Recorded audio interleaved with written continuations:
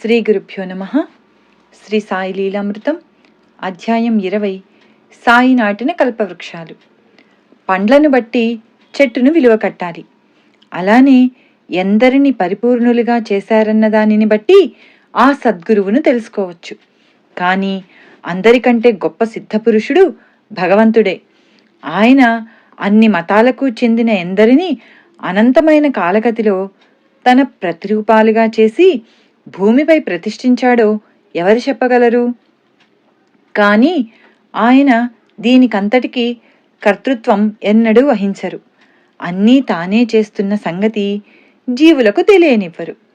సద్గురువులలోకెల్లా అగ్రేసరులైన సాయిబాబా వలన ఎందరు పూర్ణ పురుషులయ్యారో స్పష్టంగా తెలియడం లేదు. పొద్దుగుంకిన కొద్దీ నక్షత్రాలొక్కొక్కటే ఆకాశంలో ప్రకటమైనట్లు కాలం గడుస్తుంటే శ్రీ సాయి వలన పూర్ణులైన వారి సంగతులు ఒక్కొక్కటే బయటకొస్తున్నాయి. సాయి రెండవసారి షిరిడీకి వచ్చే ముందు గాడ్గి మహారాజాను సిద్ధపురుషుని రూపొందించిన విషయం చూచాము. శ్రీ ఉపాసనీ బాబా పాండిత్యానికి భక్తికి ప్రఖ్యాతి చెందిన మహారాష్ట్ర బ్రాహ్మణ ఉపాసనీ కుటుంబంలో మే 5, 1870 సట్నాలో జన్మించాడు కాశీనాథ్. బడి చదువులు విడిచి కాలమంతా సంధ్యావందనం, యోగాభ్యాసం, విష్ణు సహస్రనామ పారాయణలో గడిపేవాడు. వివాహం చేశాక కూడా అతనిలో మార్పే లేదు. సరికదా ఒకనాడు ఇల్లు విడిచి కాలినడకన నాసిక్ చేరాడు. 2 నెలల తర్వాత తల్లికి జబ్బు చేసిందని తెలిసి తిరిగి వచ్చిన కొద్ది కాలానికే అతని భార్య, తల్లి మరణించారు. పెద్దలు 2వ వివాహం చేసినా మళ్ళీ ఇల్లు విడిచి వెళ్ళిపోయి ఎన్నో కష్టాలోర్చి సాధు సాంగత్యం చేస్తూ ఉండేవాడు. తర్వాత మళ్ళీ స్వగ్రామమైన సట్నాకు వెళ్తుండగా ఒక అడవిలో ఒక కొండ మీద గుహ కనిపించింది. అందులో కూర్చొని ప్రాయోపవేశం చేయదలచి ఒక పెద్ద చెట్టు పైకెక్కి అందులో దూకాడు. అక్కడ నిరంతరం జపం చేస్తూ త్వరలో బాహ్య స్మృతి కోల్పోయాడు. ఒకనాడు మెలకువ వచ్చినప్పుడు ఒక దివ్య దర్శనమైంది. పక్కన ఎవరో నిల్చొని అతని చర్మం వలుస్తున్నారు. భయపడి కళ్ళు తెరిచేసరికి ఎవరూ లేరు. మళ్లీ బాహ్యస్మృతి కలిగేసరికి విపరీతమైన దాహమేసింది. పక్కనే వాన నీరు చిన్న మడుగు కట్టి ఉంటే తాగి వాటితో శరీరం తుడుచుకున్నాడు. 4వ రోజు మరో దర్శనమైంది. దప్పికతో తానొక కాలువ దగ్గరికి వెళ్తున్నాడు. తనకు ఒకవైపు ఒక ముస్లిం సాధువు, మరొక వైపు ఒక సన్యాసి ఉన్నారు. వారిద్దరూ అతడి పాత చర్మం తీసివేసి లోపల బంగారం వంటి దేహం అతనికి చూపి, ఎందుకు చావ యత్నిస్తావు? మేము నిన్నెన్నటికీ చావనివ్వము అన్నారు. అప్పుడతడు గుహ నుండి దిగి జూలై 22, 1890 ఇల్లు చేరాడు. ఎన్నో నెలల తరబడి తాను సమాధి స్థితిలో ఉన్నట్లు తెలుసుకున్నాడు. 1 సంవత్సరంలోగా అతని తండ్రి, తాత, 2వ భార్య మరణించారు. కుటుంబం అప్పులపాలు అయ్యేసరికి లోకమాన్య బాలగంగాధర తిలక్ గారు ఆదుకున్నారు. తర్వాత అతడు వైద్యం అభ్యసించి అమరావతిలో గొప్ప వైద్యుడై శ్రీమంతుడయ్యాడు. కానీ వ్యాపారంలో అంతా నష్టపోయాడు. బంధువులు 3వ వివాహం చేశాక ఆ దంపతులు యాత్రలు చేశారు. ఓంకారేశ్వర్లో అతడు తీవ్ర సమాధి స్థితిలో ఉండగా భార్య భయపడి నీరు చల్లి మేల్కొల్పింది. అప్పటి నుండి అతనికి గాలి పీల్చడం ఎంతో కష్టమయ్యేది. నిద్రపోతే శ్వాస నిలిచిపోయేది. ఏ వైద్యానికి ఆ బాధ తగ్గలేదు. చివరకు యోగంలో వచ్చిన బాధను యోగ పూర్ణులే తొలగించగలరని తలచి భార్యను ఎంట వదిలి 1911లో అట్టి వారిని వెతుకుతూ బయలుదేరాడు కాశీనాథ్.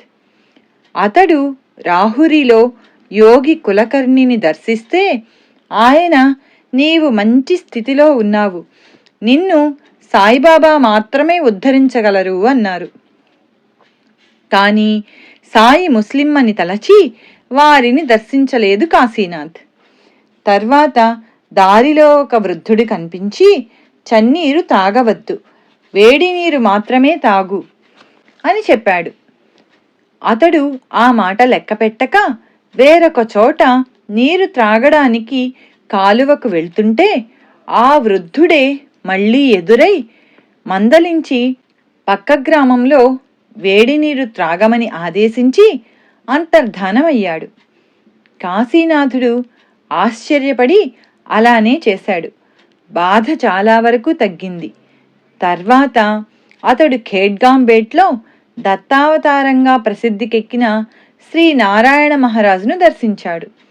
ఆయన అతనికి తాంబూలమిచ్చి, నీవు లోపల బయట బంగారం పూసినట్లు మంచి యోగస్థితిలో ఉన్నావు, నీవు కోరదగినది ఏమీ లేదు అన్నారు.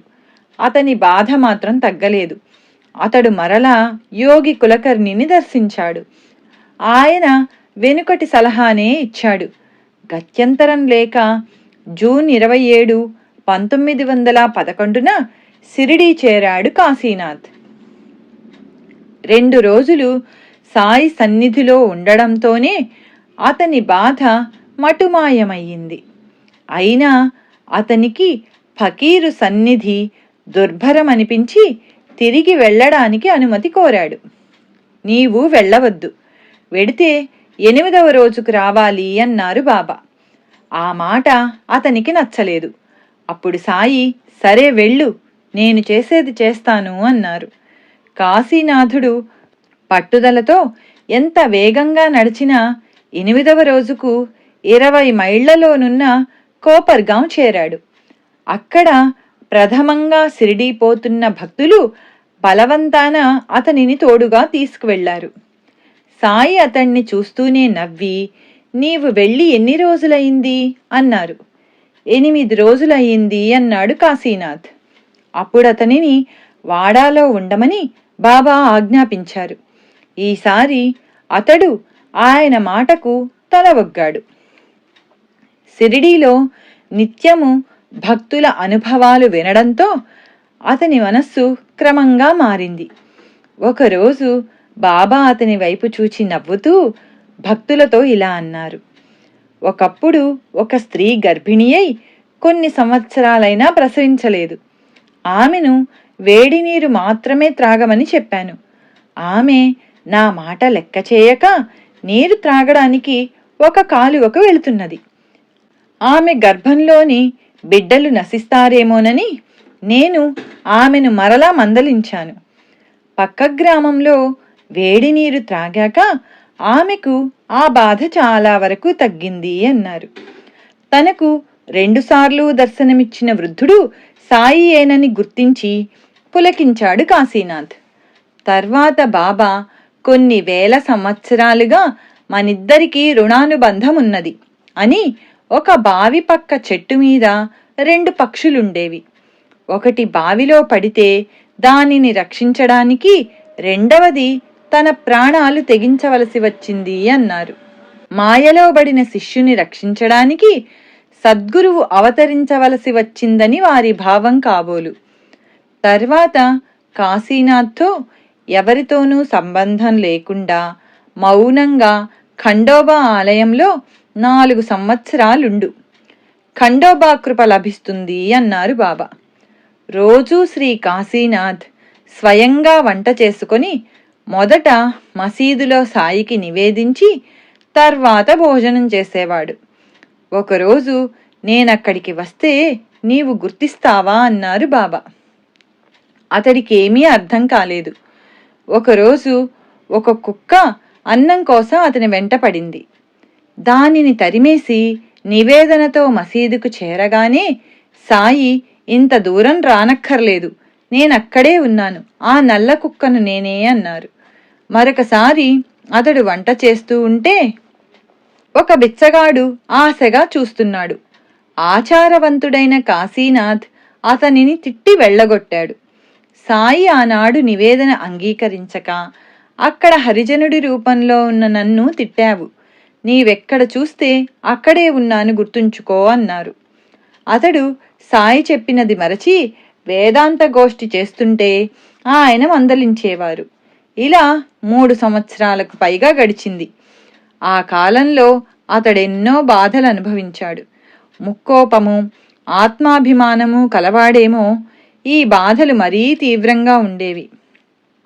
ఒకప్పుడు కొన్ని మాసాలు అన్నద్వేషం అనుభవించాడు. తుంటరులైన యువకులు ఆయనను ఎన్నో రీతిలో బాధించేవారు.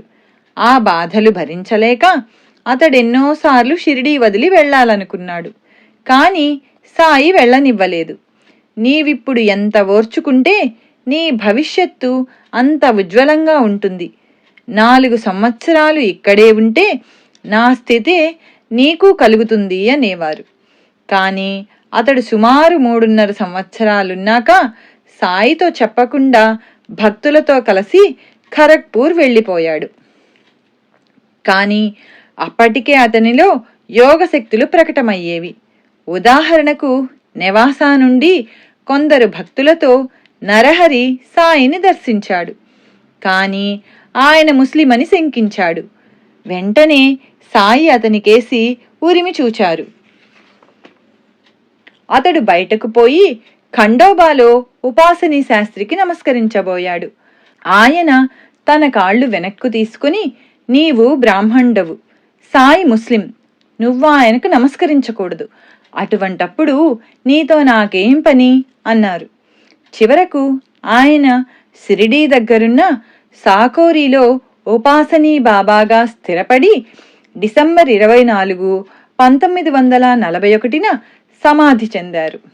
శ్రీ సాయి ఆదేశించినట్లు ఆయన 4 సంవత్సరాలు పూర్తిగా షిరిడీలోనే ఉంటే ఏమయ్యేదో. సయ్యద్ జలాలుద్దీన్ రెడ్ హిల్స్లో స్వామియార్గా ప్రసిద్ధికెక్కిన ఈ మహనీయుడు పెషావర్లో జన్మించి కొంతకాలం సైన్యంలో పనిచేశారు. ఈయన ఉన్మత్తావస్థలో ఉన్న అవధూతగా రెడ్ హిల్స్లో ఉండేవారు. ఈయన ఏ అంగట్లో తినుబండారాలు తీసుకున్నా వారికి ఆ వ్యాపారం అద్భుతంగా జరిగేది. ఒకరోజు ఆయన వీధి వెంట వెడుతుంటే ఒక పిచ్చివాడు ఎదురయ్యాడు. ఆయన అతని చెంప మీద కొట్టారు. వెంటనే అతనికి పిచ్చి తగ్గిపోయింది. ఎందరెందరో రోగులు ఆయన దగ్గరకొచ్చేవారు. ఆయన ఒక్కసారి రోగి కేసి తీవ్రంగా చూచి ఏదో గొణుగుతూ ఆకాశం కేసి చూచేవారు. వెంటనే ఆ రోగం తగ్గవలసిందే. ఆయన 1955లో బుదూర్ అనే గ్రామం వద్ద సర్వి తోటలో నివసించారు. వర్షాలు లేవని రైతులు ప్రాధేయపడితే ఆయన ఆకాశం కేసి చూచి ఏమో గొణిగేవారు. కొద్దిసేపట్లో తృప్తిగా వర్షం పడేది. ఒకసారి 10 రోజులు వర్షం కురిసి అంతా జలమయమై ఆ గ్రామానికి రాకపోకలు నిలిచిపోయాయి. ఆయన సన్నిధిలో ఉన్న రామానుజం సెట్టియార్, కాశీ, మునుస్వామి, ఘనశ్యామ్ సింగులు తమకు వేడివేడి బిర్యానీ పెట్టించమన్నారు. ఆయన పకపకా నవ్వి ఆకాశం కేసి చూచారు. అంతలో కుటీరం ముందు ఒక జట్కా ఆగింది. 2 వ్యక్తులు పెద్ద పాత్ర నిండా వేడిగా నేతితో వండిన చికెన్ బిర్యానీ, అరటి ఆకులు తెచ్చిపెట్టి త్వరగా పాత్ర ఖాళీ చేసి ఇవ్వమన్నారు. భక్తులు వివరం అడిగితే, మేమెక్కడ నుంచి వస్తే మీకెందుకు, మీరు కోరినది లభించింది కదా అన్నారు. భక్తులు విస్తుపోయి తృప్తిగా తిన్నారు. అలాగే టీ త్రాగే సమయమైంది. కుటీరంలో టీ పొడుము, చక్కెర ఉన్నాయి కానీ పాలు లేవు. అనుకోగానే అకస్మాత్తుగా ఒక వ్యక్తి వచ్చి 2 లీటర్ల పాలు పోసి వెళ్ళిపోయాడు. వీరిలో ఘనశ్యామ్ సింగ్ ప్రతిరోజు అర్ధరాత్రి వరకు ఆ ఫకీరు గారి సేవ చేస్తూ ఉండేవాడు. జీవితాంతము బ్రహ్మచారిగా వారి సేవలోనే ఉండాలని ఆశించాడు. ఒక రాత్రి ఆ ఫకీరు నవ్వి, నీకు పెళ్ళవుతుంది, 3 బిడ్డలు కలుగుతారు అన్నారు. అలానే జరిగింది. అక్టోబర్ 28, 1964 సాయంత్రం 7 గంటలకు ఆ ఫకీరు, ఆవో జీబ్రాయిల్, ఏ మేరా ఆర్డర్ హై. దేవదూత అయిన ఓ జీబ్రాయిలు, ఇటురా, ఇది నా ఆజ్ఞ అని పెద్దగా కేకలేశారు. ఇక 4 గంటలలో తాము సమాధి కాబోతున్నామని చెప్పారు. సరిగ్గా 11:45 గంటలకు అల్లాహో అని 7 సార్లు స్మరించి భగవంతునిలో ఐక్యమయ్యారు. ఒకరోజు ఈ ఫకీరును మీ గురువెవరు అని అడిగాడు ఘనశ్యాం. రేపు చెబుతామన్నారు. మరుసటి ఉదయమే 8 గంటలకు అతనిని బయటికెళ్ళి సూర్యుని చూడమని సైగ చేశారు. చూడగా ఆ బింబంలో 5 నిమిషాల పాటు ద్వారకామాయిలో కూర్చున్న సాయిబాబా ముఖం దర్శనమిచ్చింది. ఆశ్చర్యంతో ప్రణమిల్లిన ఘనశ్యాంకు నిన్నటి నీ ప్రశ్నకు సమాధానమిదే అన్నట్లు చిన్న సైగ చేసి నవ్వారు ఆ ఫకీరు. శ్రీ రామమారుతి మహారాజ్ 1910లో ఒకరోజు బొంబాయి నుండి వచ్చిన త్రయంబకరావు, కులకర్ణి, మార్తాండ్ మొదలగున భక్తులతో, సాయి, రేపు మాకు పర్వదినం, దీపావళి అన్నారు. మరు రోజు ఉదయమే ఆయనెంతో సంతోషంగా, ఈరోజు నన్ను చూడడానికి నా తమ్ముడొస్తున్నాడు. ఒకప్పుడు మా ఇద్దరి భార్యల మధ్య తగు వచ్చింది, మేము వేరుగా ఉంటున్నాం అన్నారు. మధ్యాహ్నం ఆరతికి ముందు నానా చందోర్కర్తో మారుతి వస్తున్నాడు అన్నారు. ఆరతి ప్రారంభమైన కొద్దిసేపట్లో ఠాణే నుండి తమ భక్తులతో కలిసి శ్రీ రామ్మారుతి మహారాజ్ అనే మహనీయుడు వచ్చారు. వెంటనే సాయి ఆరతి ఆపించి తమ సోదరుని చూచి తమ చెంతకు రమ్మన్నట్లు నవ్వారు. తండ్రి దగ్గరకు బిడ్డలాగా రామమారుతి పరుగున వెళ్ళి సాయిని కౌగిలించుకొని ముద్దు పెట్టుకున్నారు. వారు ఒకరి చేతులొకరు ఎంతో ఆప్యాయంగా పట్టుకొని కూర్చున్నారు. తర్వాత ఆరతి కొనసాగించమని సాయి ఆదేశించారు. ఆరతి అయ్యాక ఆ మహనీయుడు ఖండోబాకు వెళ్ళి అక్కడ నివసిస్తున్న ఉపాసనీ శాస్త్రితో రాముని సేవ విడువకు అని చెప్పారు. అక్కడ తమ భక్తులను సాయికి నైవేద్యంగా సీరా అంటే రవ్వకేసరి తయారు చేయించారు.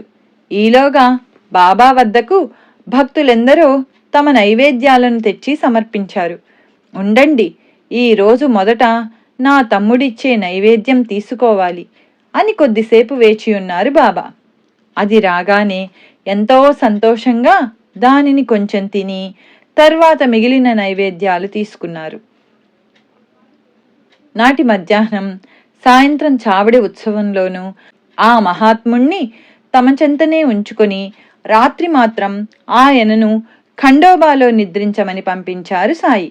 ఈ రీతిన తన తమ్ముని 14 రోజులు తమ చెంత నుంచుకొని పంపించారు సాయి. శ్రీ రామమారుతి మహారాజ్ శ్రీ బాలాముకుంద స్వామిని గురువుగా ఆశ్రయించిన తమ పరాత్పర గురువు సాయినాథుడే అని చెప్పేవారు. తాను అనుసరించిన నాథ సాంప్రదాయానికి ఆదిపురుషుడైన ఆదినాథుడే సాయినాథుడు అనేవారు. వీరు సెప్టెంబర్ 28, 1918న మహాసమాధి చెందారు. బహుశా ఎన్నో జన్మలుగా తమ శిష్యుడిగా ఉంటున్న మారుతి మహారాజ్ ఈ జన్మలో వేరొక గురువును ఆశ్రయించడాన్నే వారి భార్యల తగవుగా సాయి అభివర్ణించారేమో. ఇక్కడ భార్యలు అంటే మనస్సులు. శ్రీ శాంతవంజీ మహారాజ్ వీరు గుజరాత్లో గొప్ప మహనీయులు. వీరు సాధక దశలో చాలా కాలం హిమాలయాలలో ఉండి తర్వాత గంగా తీరంలో బ్రహ్మచారిగా 30 సంవత్సరాలు తీవ్రమైన గాయత్రి ఉపాసనలో గడిపారు. వారొకసారి తమ అనుభవం ఒకటి చెప్పారు. నేనొకప్పుడు పాలనపురం వద్ద బలరామ క్షేత్రంలో గాయత్రి సాధన చేస్తున్నాను. ఒకసారి మనస్సెంతకు ఏకాగ్రమవలేదన్న నిరాశతో నదిలో దూకి ఆత్మహత్య చేసుకోదలచాను.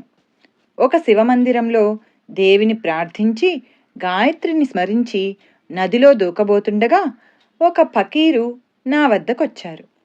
ఎంతో తేజోవంతమైన కళ్ళు, గడ్డము కల ఆయన ఎంతో మధురంగా నవ్వుతూ వచ్చి నా చేయి పట్టుకొని తమ వెంట రమ్మన్నారు.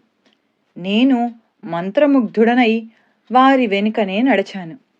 వారు నాకు కలోల్ గ్రామానికి టికెట్టు ఇచ్చి అకస్మాత్తుగా అదృశ్యమయ్యారు.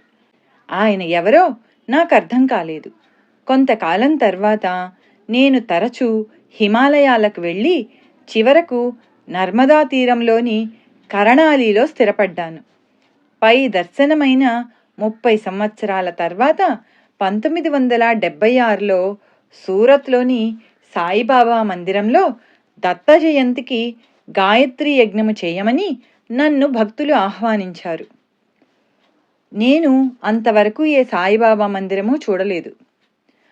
అక్కడ రాత్రి బాబా స్పష్టంగా కలలో కనిపించి, నన్ను మరచిపోయావా? 30 సంవత్సరాల క్రితం బలరామ క్షేత్రంలో నదిలో దూకి ఆత్మహత్య చేసుకోబోతుంటే నిన్ను రక్షించినది ఎవరు అన్నారు. నాకెంతో ఆనందం కలిగింది. మరురోజు నేను ధ్యానానికి కూర్చోగానే గాయత్రీదేవి బదులు నాకు సాయిబాబా దర్శనమిచ్చి ప్రగాఢమైన ఆనందం అనుగ్రహించారు. మరింత భక్తి శ్రద్ధలతో ఆ మందిరంలో సాయి పూజ, గాయత్రి యజ్ఞము ముగించాను. గజానన్ మహారాజ్. గజానన్ పటేకర్ అనే యువకునికి 8వ ఏట ఉపనయనం చేశాక అతని పినతండ్రి అతనికి మహనీయుల దర్శనము, ఆశీస్సులు ఇప్పించడానికి అతనిని షహపూర్ వద్ద నది ఒడ్డున ఉన్న ఉదుంబర వృక్షం క్రింద విడిది చేసిన 3 సాధువుల వద్దకు తీసుకువెళ్ళి వారికి నమస్కారం చేయించాడు. వారిలో ఒకరు గురుకృప వలన పట్టేకర్ మహనీయుడవుతాడని ఆశీర్వదించారు. తర్వాత అతని కుటుంబానికి సుపరిచితుడైన నానా చందోర్కర్ షిరిడీ దర్శించినప్పుడు, బాబా, నీ మిత్రుని కొడుకు గజానన్ నన్ను షహపూర్లో నది ఒడ్డున ఉన్న ఉదుంబర వృక్షం కింద దర్శించుకున్నాడు. నేనప్పుడతనిని ఆశీర్వదించాను. అప్పుడు నాతో కూడా గురు సిద్ధారూఢులు, కళ్యాణ్ నివాసి అయిన రామ్మారుతి స్వామి కూడా ఉన్నారు. నీవు అవకాశం ఉన్నప్పుడల్లా అక్కడ నదిలో స్నానం చేసి అచ్చటి నా స్థానాన్ని కూడా దర్శించుకో అని చెప్పి పట్టేకర్కు ప్రసాదంగా పాలకోవా పంపారు. ఆ మాట విని ఆశ్చర్యపోయాడు నానా చందోర్కర్. తరువాత అతడు హేమాడ్ పంత్తో కలిసి మళ్లీ షిరిడీ వెళ్ళినప్పుడు, సాయి, మీ గజానన్ ఆ మారుతి ఆలయంలో ఇంకెంతకాలం ఉంటాడు అన్నారు. తర్వాత హేమాడ్ పంత్ సాయి సచ్చరిత్ర ప్రతిని షహపూర్లోని ఆ ఉదుంబర వృక్షం కింద ఉంచి పూజించాడు. అంగోన్ కవాడ్కు చెందిన సఖారాం మహారాజ్, గాడ్గే మహారాజ్ మొదలగున మహాత్ములు కూడా ఆ చెట్టు కింద తపస్సు చేసుకున్నారు.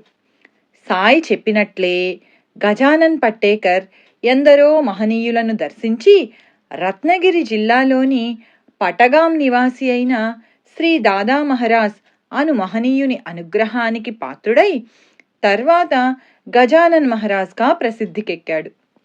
అలనాడు సాయితో కలిసి ఆ వృక్షం కింద అతనికి దర్శనమిచ్చిన రామ్మారుతి మహారాజ్ సాక్షాత్తు మారుతియేనని చెప్పి అక్కల్కోట స్వామి కూడా కొందరు భక్తులను వారి దర్శనానికి పంపేవారు.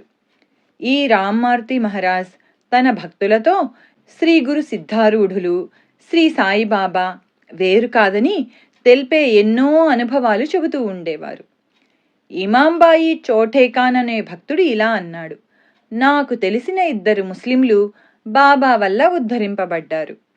మా ఊరికి చెందిన షేక్ అబ్దుల్లాతో బాబా, మనం ఈరోజు చనిపోయినా మామూలుగానే 3వ రోజు కూడా గడిచిపోతుంది. ఇల్లు, భూమి మొదలగున వాటి వల్ల ఏమిటి ప్రయోజనం అన్నారు. షేక్ అబ్దుల్లా స్వగ్రామానికి తిరిగొచ్చి తన ఇల్లు వాకిలి భార్యాబిడ్డలకు అప్పగించి వీధులలోనూ మహాత్ముల సమాధుల దగ్గర కాలం గడుపుతూ ఎప్పుడూ తనలో తాను గొణుక్కుంటూ ఉండేవాడు. అడగకుండా ఎవరైనా పెడితేనే తినేవాడు. అతనికి 12 సంవత్సరాలలో అద్భుత శక్తులు ప్రాప్తించాయి. ఒకప్పుడు నేను ప్రయాణం అవుతూ ఉంటే నన్ను వెళ్ళవద్దని ఒక చోట పాము తారసిల్లుతుంది అన్నాడు. అది పగలు కావడానా నేను అతని మాట వినలేదు. అతడు చెప్పిన చోట పాము కనిపించింది. మరొకసారి అతనితో, మా ఊళ్ళో బీడీలమ్ముకునే అబ్బాసీట్, భార్యాబిడ్డలను విడిచి ఎందుకు పిచ్చివాడలా తిరుగుతావు అన్నాడు. నీకే తెలుస్తుందిలే అన్నాడు అబ్దుల్లా. అబ్బాస్ మళ్ళీ అట్లానే అన్నాడు.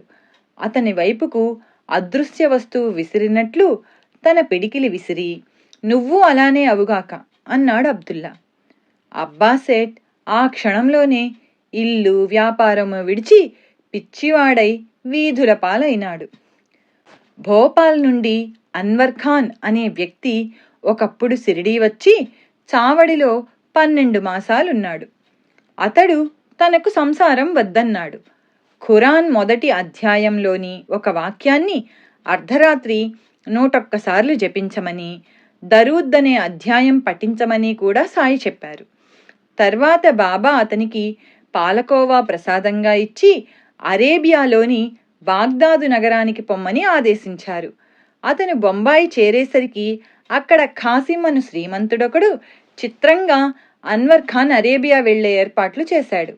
అతడు మరెప్పుడూ తిరిగి రాలేదు. హీడాబేగ్ అను భక్తుడు సాయిని దర్శించాడు. అప్పుడు ఢిల్లీ నుండి యాకూబ్ అనే మౌల్వీ కూడా సిరిడీ వచ్చి అహర్నిశలు ఖురాన్ పారాయణ చేస్తుండేవాడు. సాయి ఒకరోజు రాత్రి 3 గంటలకు హీడాబేగ్తో, నువ్విక్కడ ఉండవద్దు, కనాడ్ సమీపంలోని కంటోన్మెంట్ దగ్గర ఉండు, నీ పేరు పంజాబ్ షా అన్నాడు. అతడు కనాడ్లో గొప్ప హకీంగా పేరు పొందాడు. శ్రీ సచ్చిదానంద సమర్థ సద్గురు సాయినాథ్ మహారాజ్ కీ జై.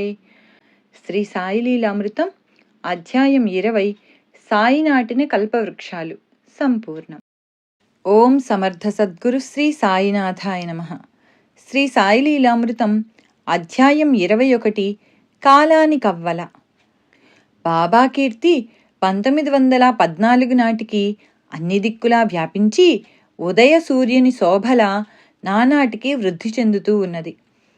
ఎందరెందరో భక్తులు షిరిడీ వచ్చిపోతున్నారు. కానీ బాబా షిరిడీ వచ్చిన మొదటి రోజుల్లోనే ఇక్కడ పెద్ద భవనాలు లేస్తాయి, పెద్ద పెద్దవారొస్తారు, వైభవంగా ఊరేగింపులు జరుగుతాయి, గుర్రము రథము కూడా వస్తాయి అన్నారు. ఆ పిచ్చి పకీరు ఆలోచనలకు అందరూ నవ్వుకున్నారు. కానీ 1914 నాటికి ఇవన్నీ నిజాలయ్యాయి. ఒకరోజు జోగ్ భార్యకు ఊరి బయట వేప చెట్టు పక్కనున్న జాగా చూపి, ఇది మా స్థలము, ఇక్కడొక భవనం లేస్తుంది, మేమక్కడే ఉంటాము, పెద్దలు నన్నక్కడ కనిపెట్టుకొని సేవలు చేస్తారు అన్నారు. ఆమెకు ఆ మాటలు అర్థం కాలేదు. బాబా అప్పుడప్పుడు ఉబ్బసంతో బాధపడుతూ ఉండేవారు. అది వచ్చినప్పుడు ఆయన ఆహారం కూడా తీసుకోలేకపోయేవారు. సంకల్ప మాత్రాన భక్తుల వ్యాధులు తగ్గించగల ఆయన అలా బాధపడడం చిత్రమే. అనుభవించి తీరవలసిన కర్మఫలాన్ని భక్తులు అనుభవించలేనప్పుడు వారి జబ్బులు ఆయన స్వీకరించేవారు. భక్తులపై తమకు గల ప్రేమను వారికలా తెలిపి వారి భక్తి శ్రద్ధలను బలపరచి ఆయన ఉద్ధరిస్తారు. అయినా ఆయన ఆ బాధలు అనుభవిస్తున్నప్పుడు చూచిన భక్తుల ఆందోళన, నిస్సహాయతలు వాళ్లలోని మానవత్వాన్ని పెంచుతాయి. అంటే వారి యొక్క అస్వస్థత కూడా భక్తులకు శిక్షణే. 1915వ సంవత్సరంలో ఆయన అలా బాధపడుతుంటే చూడలేక పురందరే ఏడ్చేశాడు. సాయి, ఎందుకు ఏడుస్తావు? 3-4 రోజులలో తగ్గిపోతుంది. 2 రోజుల క్రిందటే నిన్ను రమ్మని వ్రాయమని కాకాతో చెప్పాను అన్నారు. నిజానికి అతను వ్రాసే లోపలే, నీవు వ్రాయవద్దు, అతడే వస్తున్నాడు అన్నారు బాబా.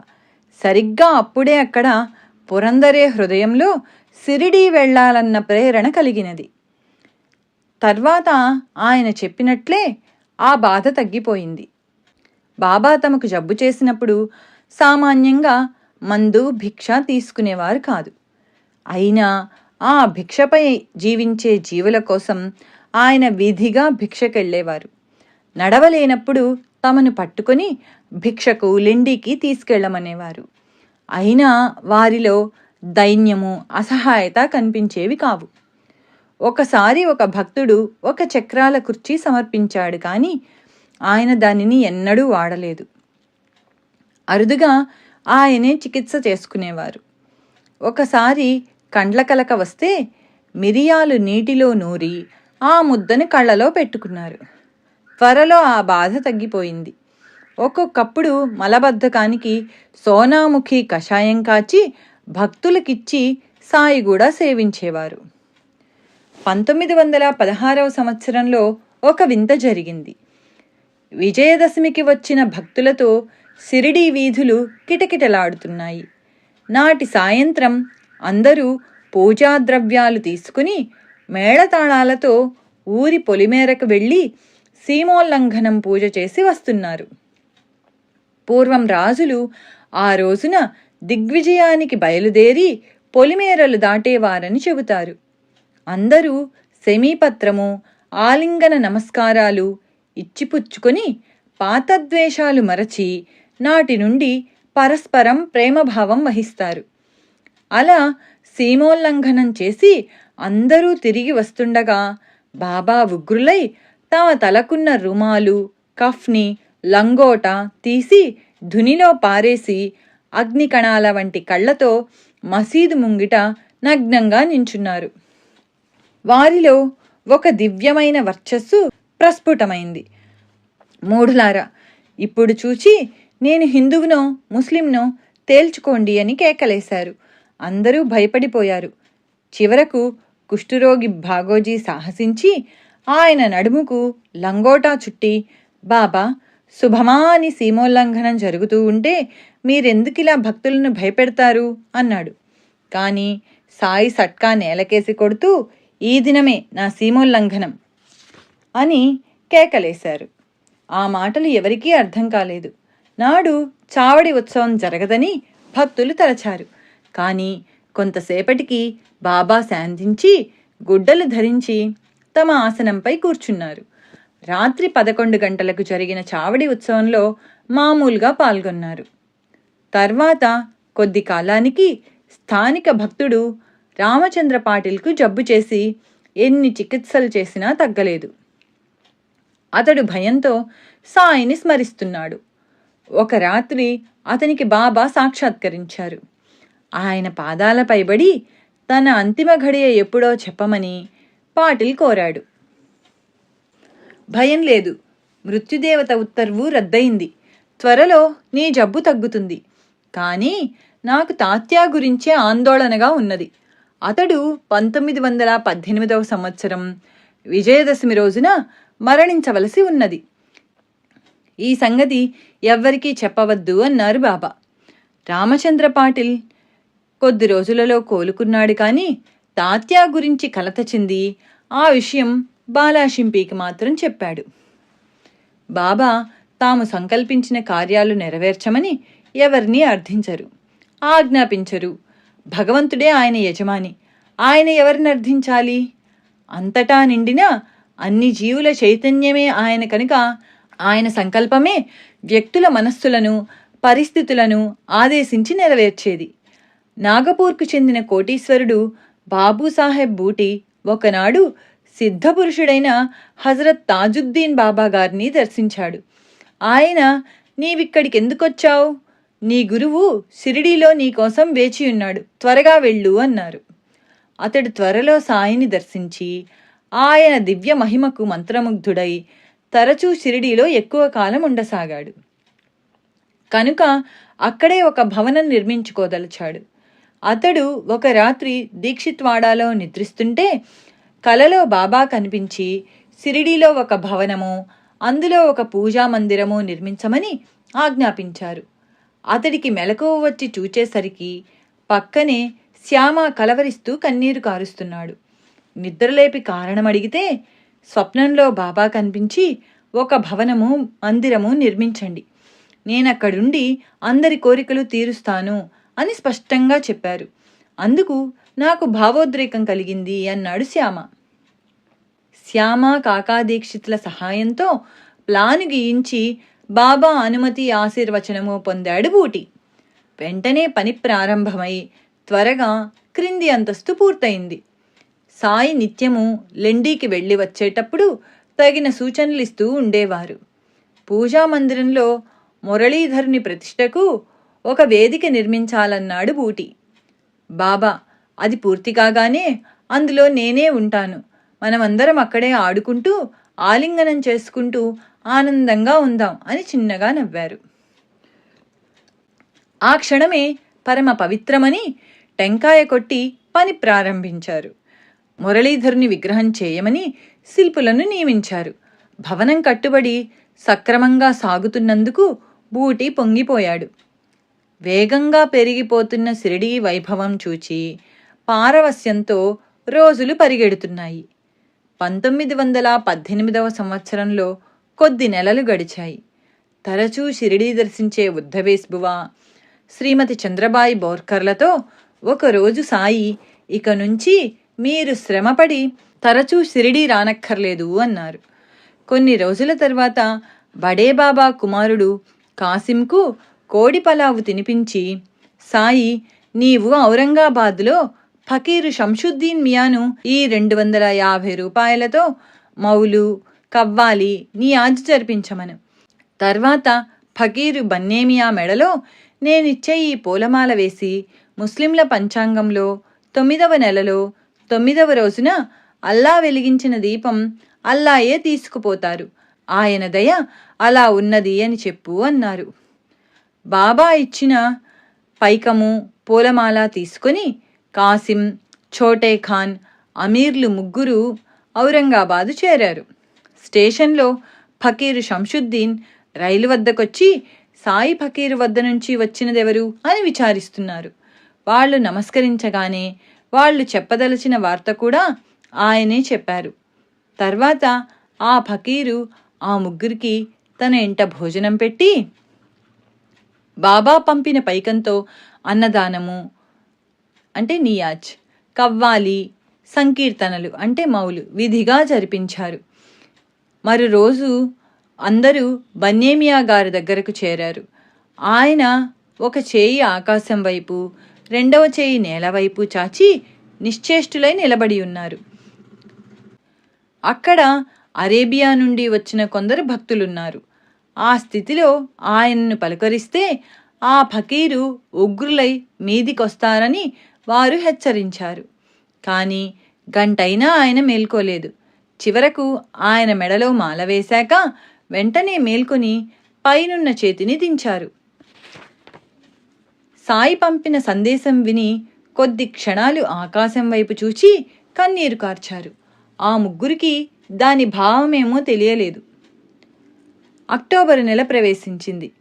బాబా అంతకు కొద్ది రోజుల ముందు నుండి వాఝే అనే భక్తుని చేత రోజు రామ విజయం అనే గ్రంథం నియమంగా చదివించుకొని విన్నారు.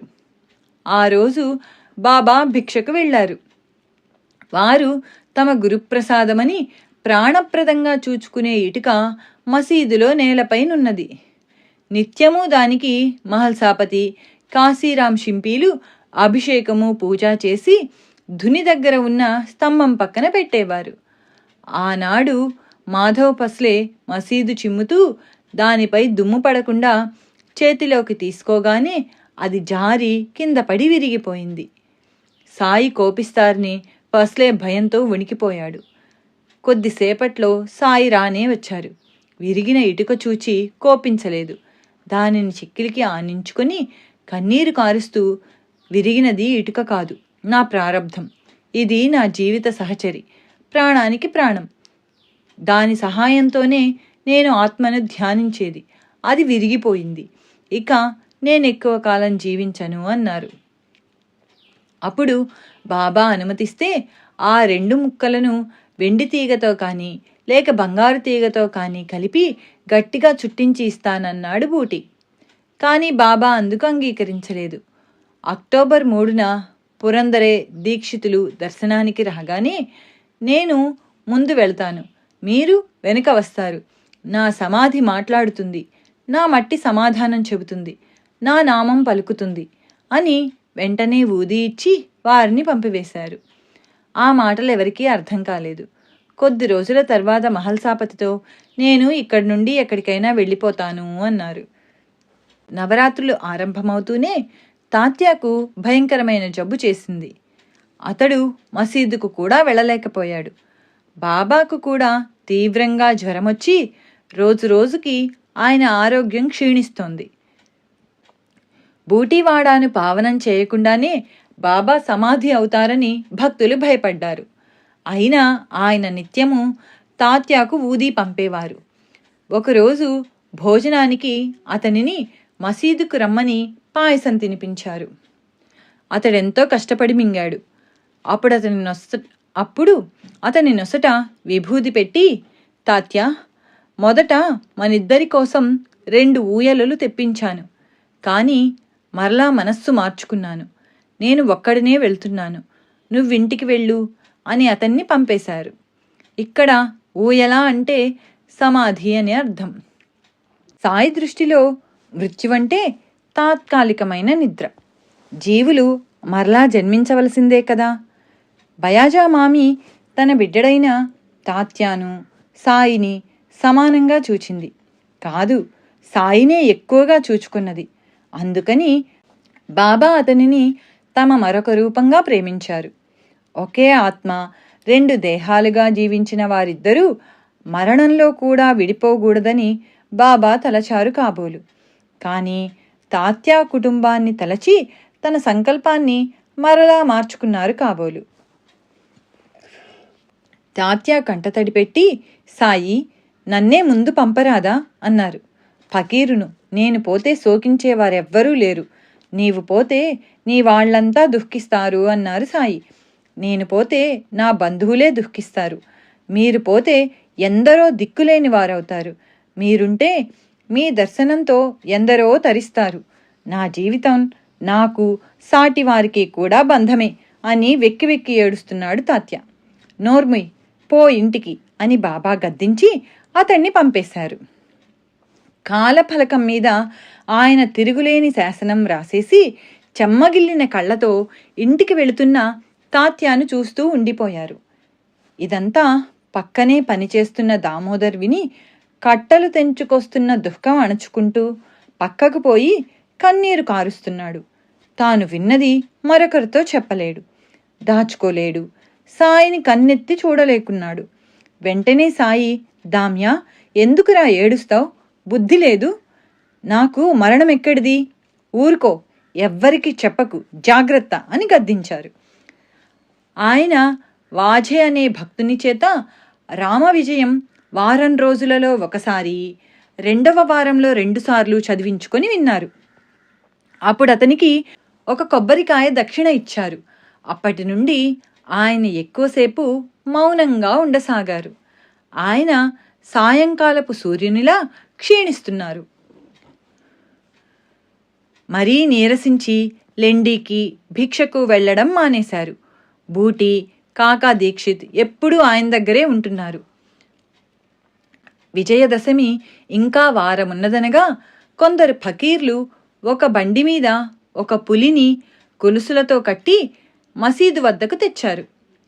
జబ్బుగా ఉన్న పులిని ఒక సర్కస్ కంపెనీ వద్ద చౌకగా కొని గ్రామాలలో ప్రదర్శించి ఆ ఫకీర్లు డబ్బు సంపాదించుకుంటున్నారు. దాని జబ్బు తగ్గితే ఎక్కువ వెలకు దానిని సర్కస్ వారే కొనవచ్చని వారి ఆశ. అదెంతో బాధతో గర్జిస్తుంటే చూచి సాయి, పాపం, దానిని అలా కట్టేశారేమి, విప్పండి, దాని బాధ నేను తీరుస్తాను అన్నారు. ముందు ఆ ఫకీర్లు భయపడ్డారు, కానీ తర్వాత గంపెడాశతో దానిని విప్పారు. అది మెల్లగా బండి దిగి మసీదు మెట్టెక్కి ఆయన ఎదుటకొచ్చింది. మంత్రముగ్ధ అయినట్లు కొన్ని క్షణాలు తదేకంగా ఆయనను చూచి వారి చూపులకు తట్టుకోలేక కాబోలు తలదించుకొన్నది. బాబా పాదాలు వాసన చూచింది. 3 సార్లు తోకతో నేలను కొట్టి అక్కడే పడి ప్రాణం విడిచింది. అదెక్కడ పుట్టిందో గాని మహాభక్తునిలా సాయి పాదాల వద్ద శాశ్వతంగా దుఃఖ నివృత్తి పొందింది. ఫకీర్లకు ఆ నష్టం కొంతైనా భర్తీ చెయ్యాలనో, ఆ రూపంలో ఉన్న ఆ భక్తుణ్ణి తమ చెంతకు చేర్చి మేలు చేసినందుకు బహుమానమో గాని సాయి వారికి 50 రూపాయలు బహూకరించారు. ఆ మృగరాజు వలనే సాయి మహారాజు కూడా రుణానుబంధం వలన తమపై ఆధారపడిన జీవులను అంతటి రోగబాధలోనూ పోషిస్తున్నారు. దానివలనే ఆయన కూడా ఇక విడుదల, విశ్రాంతి కోరడానికి చిహ్నమన్నట్లున్నది ఈ సంఘటన. విజయదశమి 4 రోజులున్నది.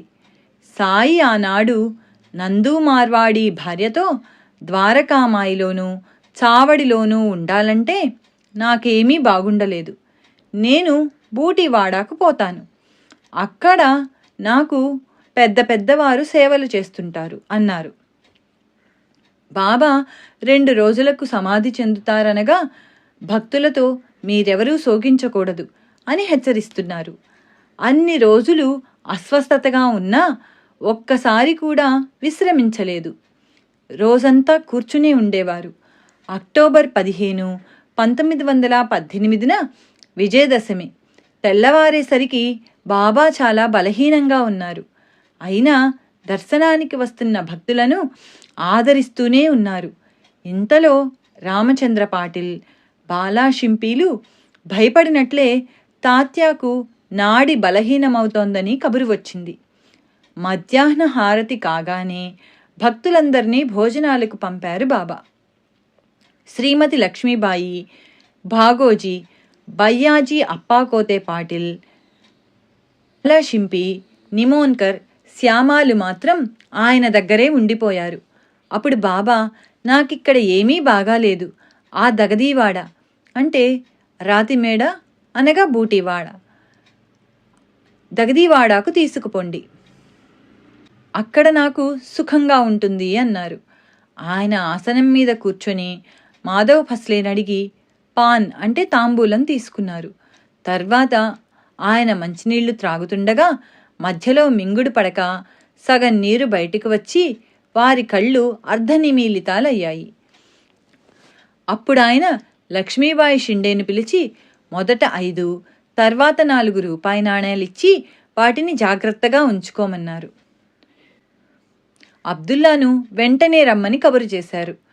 అతడు కొద్దిసేపు ఆగి వస్తానని కబురు చేశాడు. సాయి చిన్నగా నవ్వి తమకు మసీదులో బాగుండలేదని బూటివాడాకు తీసుకెళ్తే బాగుంటుందని చెప్పి బయ్యాజీ అప్పాకోతే పాటిల్ వైపుకు ఒరిగి కన్నుమూశారు. భాగోజీ అది గమనించి నిమోన్కర్తో చెప్పాడు. అతడు సాయి నోట్లో కొంచెం నీరు పోసి అది బయటకు వచ్చేయడం చూచి అందరూ పెద్దగా ఏడ్చారు. ఆ కబురు వినగానే డాక్టర్ పిళ్ళే బాబాకు నాడి చూచి కంట నీరు పెట్టాడు.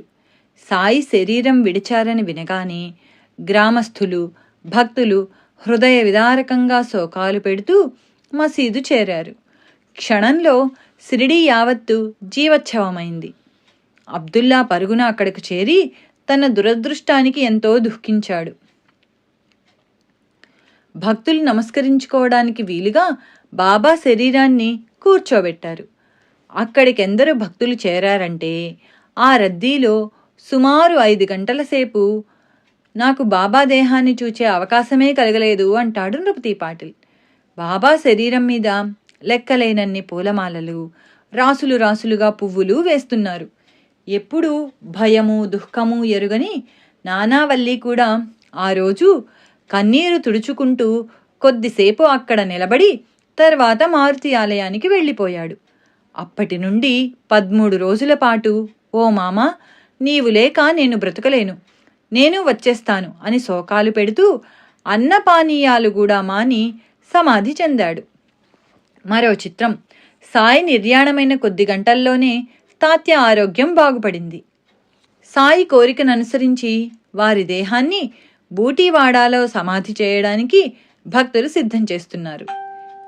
ఇంతలో కుశాల్చంద్ ఆధిపత్యాన కొందరు ముస్లింలు తమ మతానుసారం ఆ దేహాన్ని ఆరుబయట సమాధి చెయ్యాలని పట్టుబట్టడంతో భక్తులలో వివాదం చెలరేగి ఎంతకు తెగలేదు. చివరకు ఎక్కువ మంది భక్తులు ఎలా కోరితే అలా చేయాలని పెద్దలు 2 పక్షాల వారి సంతకాలు, వేలిముద్రలు సేకరిస్తే సాయి సంకల్పమే నెగ్గింది. బూటివాడాలో మురళీధరుని విగ్రహ ప్రతిష్టకని ఏర్పరిచిన వేదిక కింద సాయి దేహాన్ని 17వ తేదీన సమాధి చేసి దానిపై వారి పటముంచారు. అంత్యక్రియలలో బాలాభాటే ప్రధాన పాత్ర వహించాడు. సాయికి గురుప్రసాదంగా లభించిన ఇటుక విరిగింది కదా, దాని ముక్కలు రెండూ కలిపి వెండి తీగతో కట్టి సమాధిలో బాబా తల కింద ఉంచారు. అలానే బాబా దగ్గర ఎప్పుడూ ఒక చిన్న మూట ఉండేది. ఆయన దానినెప్పుడూ ఎవరినీ ముట్టుకోనిచ్చేవారు కాదు. వారు మహాసమాధి చెందాక చూస్తే అందులో వారికి కాశీరాం ఏనాడో సమర్పించుకున్న ఆకుపచ్చని పాత కఫ్నీ, టోపీ ఉన్నాయి. దానిని కూడా సమాధిలో ఉంచారు. ఆ రోజున భక్తులు 2400 రూపాయలు పోగు చేసి భారీ ఎత్తున అన్నసంతర్పణ చేశారు. బూటీవాడాలో తమను పెద్దలు సేవిస్తుంటారన్నారు బాబా. పెద్దలంటే శ్రీమంతులని తలచేటట్లయితే బూటీ కంటే పెద్దలెవరుంటారు? మురళీధరునికని నిర్మించిన మందిరంలో బాబా దేహాన్ని సమాధి చేయడం కంటే ఘనమైన సత్కారమేమున్నది? ఈనాటికి కోటీశ్వరులెందరో షిరిడీలో వైభవంగా ఉత్సవాలు చేస్తున్నారు. కానీ ధనానికి సాయి దృష్టిలో ధాన్యపు గింజకున్నంత విలువ కూడా లేదు. కనుక పెద్దలంటే మహాత్ములని వారి భావం. రానున్న సాయి నిర్యాణాన్ని షంషుద్దీన్, బన్నేమియా వంటి యోగులు ముందుగానే ఇస్లాం పద్ధతిలో గౌరవించారు. అలానే ఖాండేష్లో శ్రీ గురు గోవిందులనే మహాత్ముడుండేవారు. వీరు సాయికి గురుబంధువని వినికిడి. వీరికి 12, 10, 1918 తీవ్రంగా జ్వరమొచ్చింది. విజయదశమి నాడు భక్తులతో ఆయన నేడు సాయి అనే దివ్యజ్యోతి చంద్రునిలో లీనం కాబోతున్నది అన్నారు. భక్తుడు మదనపాటిల్ తనకు తెలిసిన సాయి భక్తులందరికీ వెంటనే ఆ విషయం తెలిపాడు. సాయి సమాధి చెందారని వినగానే శ్రీ గురుగోవిందులు తన శిష్యులందరినీ స్నానం చేయమన్నారు. ఈయన బాబాను ఆ గురుచంద్రులు అనేవారు. ఎందరికో దైవస్వరూపులుగా పూజింపబడిన మెహర్ బాబా, స్వామి ముక్తానంద వంటి ప్రముఖ సాధువులెందరో సాయి సమాధిని దర్శించారు. స్వామి పూర్ణానంద గారితో వారి గురువు రాఖాడీ బాబా షిరిడీలో ఒక సప్తాహం సాయిని సేవించి ఆయన ప్రేరేపించిన చోట ఆశ్రమవాసివై ఉండు అని ఆదేశించారు. ఇంకెందరో మహాత్ములు షిరిడీ రాకున్నా సాయిని సేవిస్తూనే ఉన్నారు. పెద్ద పెద్దవారు తమను సేవిస్తుంటారని శ్రీ సాయి చెప్పినది ఈ విషయమే. శరీరమే తామని భ్రమించే పామరులకు జనన మరణాలుంటాయి. మృత్యుపై విజయం సాధించిన వారే మహాత్ములు. సాయి సశరీరులుగా ఉన్నప్పుడే మనలా శరీర పరిమితులుగా ఎన్నడూ లేరు. అన్ని రూపాలలో ఉన్న పరమాత్మగా జీవించారు. అలాంటి వారికి మరణం ఎలా సంభవం? భౌతిక శరీరంతో ఉన్నప్పుడే మృత్యువుపై సాయి విజయంతో ఇదెంత సత్యమో భక్తులు ఒకసారి చూచారు. ఆగస్టు 13, 1886 సాయి తీవ్రమైన ఉబ్బసంతో బాధపడ్డారు. రాత్రి 10 గంటలకు మహల్సాపతితో, నేను అల్లా వద్దకు వెళ్తున్నాను, వస్తే 3 రోజులలో వస్తాను, అలా రాకుంటే శరీరాన్ని ఆరుబయట పాతిపెట్టి గుర్తుగా 2 జెండాలు పాతు అని చెప్పి అతని వడిలో ఒరిగిపోయారు. శ్వాస నాడి నిలిచిపోయాయి. సాయి మరణించారని తలచి జనం గుమిగూడారు. ఆ ఊరి కరణం పంచాయతీ కూడా జరిపించాడు. శవాన్ని ఇక ఎక్కువ సమయం ఉంచక అంత్యక్రియలు చేయాలని గ్రామస్తులు తొందర చేశారు. కానీ మహల్సాపతి పట్టుబట్టి 3 రోజులు సాయి తల తన ఒడిలో ఉంచుకొని కూర్చున్నాడు. మరో వంక అంత్యక్రియలు తమ తమ మతానుసారం చేయాలని హిందువులు, ముస్లింలు పట్టుబట్టారు. ఘర్షణ తప్పదనుకొని పక్క గ్రామాల వారు తమ పక్షాలను బలపరచుకోవాలని షిరిడీ చేరుకున్నారు. గ్రామాధికారికి దిక్కుతోచక పోలీసు పటేల్ ద్వారా అహ్మద్నగర్ జిల్లా కలెక్టర్కు కబురు చేశాడు. విదేశీయులమైన మేము ఏం చేసినా ప్రజలు ఉద్రిక్తులవుతారు. గ్రామ పెద్దలే ఎలాగో చక్కబెట్టండి. కానీ సాయి తిరిగి బ్రతికితే నాకు తెలపండి, దర్శిస్తాను. క్రీస్తు తప్ప మరెవ్వరూ మరణించాక తిరిగి జీవించలేదు అన్నాడు కలెక్టర్. గ్రామ పెద్దలు ఆ సంగతి ప్రజలకు తెల్పక యుక్తిగా కలెక్టర్ ఏ క్షణాన్నైనా వచ్చి తగు చర్య తీసుకుంటారని, ఈలోగా త్వరపడి ఏమైనా చేస్తే శిక్షిస్తారని చెప్పాడు. ఆగస్టు 16, 1886 తెల్లవారుజామున 3 గంటలకు శరీరంలో నాడి శ్వాస ప్రారంభమై కొద్దిసేపట్లో సాయి లేచారు. భక్తుల సంతోషము, ప్రజల ఆశ్చర్యము వర్ణనాతీతం. శ్యామ మాత్రం ఆయనను, దేవా, ఎక్కడికి పోయావు, ఏం చేశావు అని అడిగాడు. బాబా నవ్వి, అల్లా వద్దకెళ్ళాను. నేను మొదట తిరిగి రాదలచలేదు. కాని అల్లా నీవు చేయవలసినదెంతో ఉన్నది. బెంగాల్లో గదాధర్ అనే భక్తుడు నాలో కలవాలని ఆరాటపడుతున్నాడు. కాని అతని పుణ్యఫలం, అవతార కార్యం ఇంకా మిగిలాయి. నీవవి తీసుకుని అతన్ని విడుదల చేసి నీ స్థలానికి వెళ్ళు అన్నారు. నేను అలాగే చేశాను అన్నాడు. ఆశ్చర్యంతో శ్యామకు మాట పెగల్లేదు. తెల్లవారుతూనే సాయి ఎప్పటిలా తమ నిత్యకృత్యానికి ఉపక్రమించారు. ఖండయోగం సిద్ధించిన సాయికి ఇది ఒక లెక్క. ఈ వార్త తెలియగానే ఎందరో వచ్చి సాయిని దర్శించారు. వారిలో కలెక్టర్ ఒకడు. ఇంకో విశేషం, ఆ రోజు రాత్రి 1:02 శ్రీరామకృష్ణ పరమహంస నిర్యాణమయ్యారు. వారి అసలు పేరు గదాధరుడు. సమాధి చెందిన నాటి రాత్రి హనుమాన్ ప్రసాద్ జోషి ఇంటి గోడకు తగిలించిన బాబా పటం అకస్మాత్తుగాను నిష్కారణంగాను చాలాసేపు బాగా ఊగింది. విల్లేపార్లేలోని మాధవరావు దీక్షిత్ అనే భక్తునికి కలలో నాసిక్లోనున్న ఒక గొప్ప యోగి మహాసమాధి చెందుతున్నట్లు కలవచ్చింది. అస్తమించిన సూర్యుడు మరలా ఉదయించాడు. బాబా సమాధి చెందిన మరుసటి తెల్లవారుజామునే పండరిపురంలో దాసగణకు స్వప్నంలో బాబా కనిపించి, మసీదు కూలిపోయింది. నూనె వర్తకులు, ఇతర వర్తకులు నన్నెంతో వేధించారు. అందుకే ఆ చోటు విడిచిపోయాను. ఆ విషయం చెప్పడానికే వచ్చాను. నీవు త్వరగా వెళ్ళి నా సమాధిని పూలతో కప్పు అన్నారు. తెల్లవారి షిరిడీ నుంచి జాబు రానే వచ్చింది. అతడు వెంటనే శిష్యులతో షిరిడీ చేరి సమాధి పూజ, ఏకాహము, అన్నదానము చేశాడు. సాయి ఆ రోజే ఉదయం లక్ష్మణ్ మామా జోషికి స్వప్నంలో కనిపించి, నేను మరణించాననుకుని ఈరోజు జోగ్ ఆరతి ఇవ్వడానికి రాడు. నీవు వచ్చి పూజ ఆరతి చెయ్యి అని చెప్పారు. అతడు వెంటనే వెళ్ళి సాయి దేహానికి ఆ సేవ జరిపించాడు. నాటి మధ్యాహ్నం మిగిలిన భక్తులతో కలిసి జోగ్ సాయి దేహానికి పూజ ఆరతి చేశాడు. బాబా చేతివేళ్లు తెరచి దక్షిణ అందులో పెట్టాడు. సమాధి అయిన 21 గంటల తర్వాత కూడా సాయి వేళ్లు బిగిసిపోకుండా సులువుగా తెరిస్తే తెరుచుకున్నాయి, మళ్లీ మూస్తే మూసుకున్నాయి. దశమి నాటి రాత్రంతా బూటీవాడాలో సమాధి తవ్వుతున్నారు. బుధవారం సాయంత్రం బాబా శరీరాన్ని 4 చక్రాలు గల ఒక వాహనంపై ఉంచి పైన అర్ధచంద్రాకృతిలో ఆచ్ఛాదన ఏర్పాటు చేసి గ్రామమంతా ఊరేగించి బూటీవాడాలోని హాలులో ఉంచారు.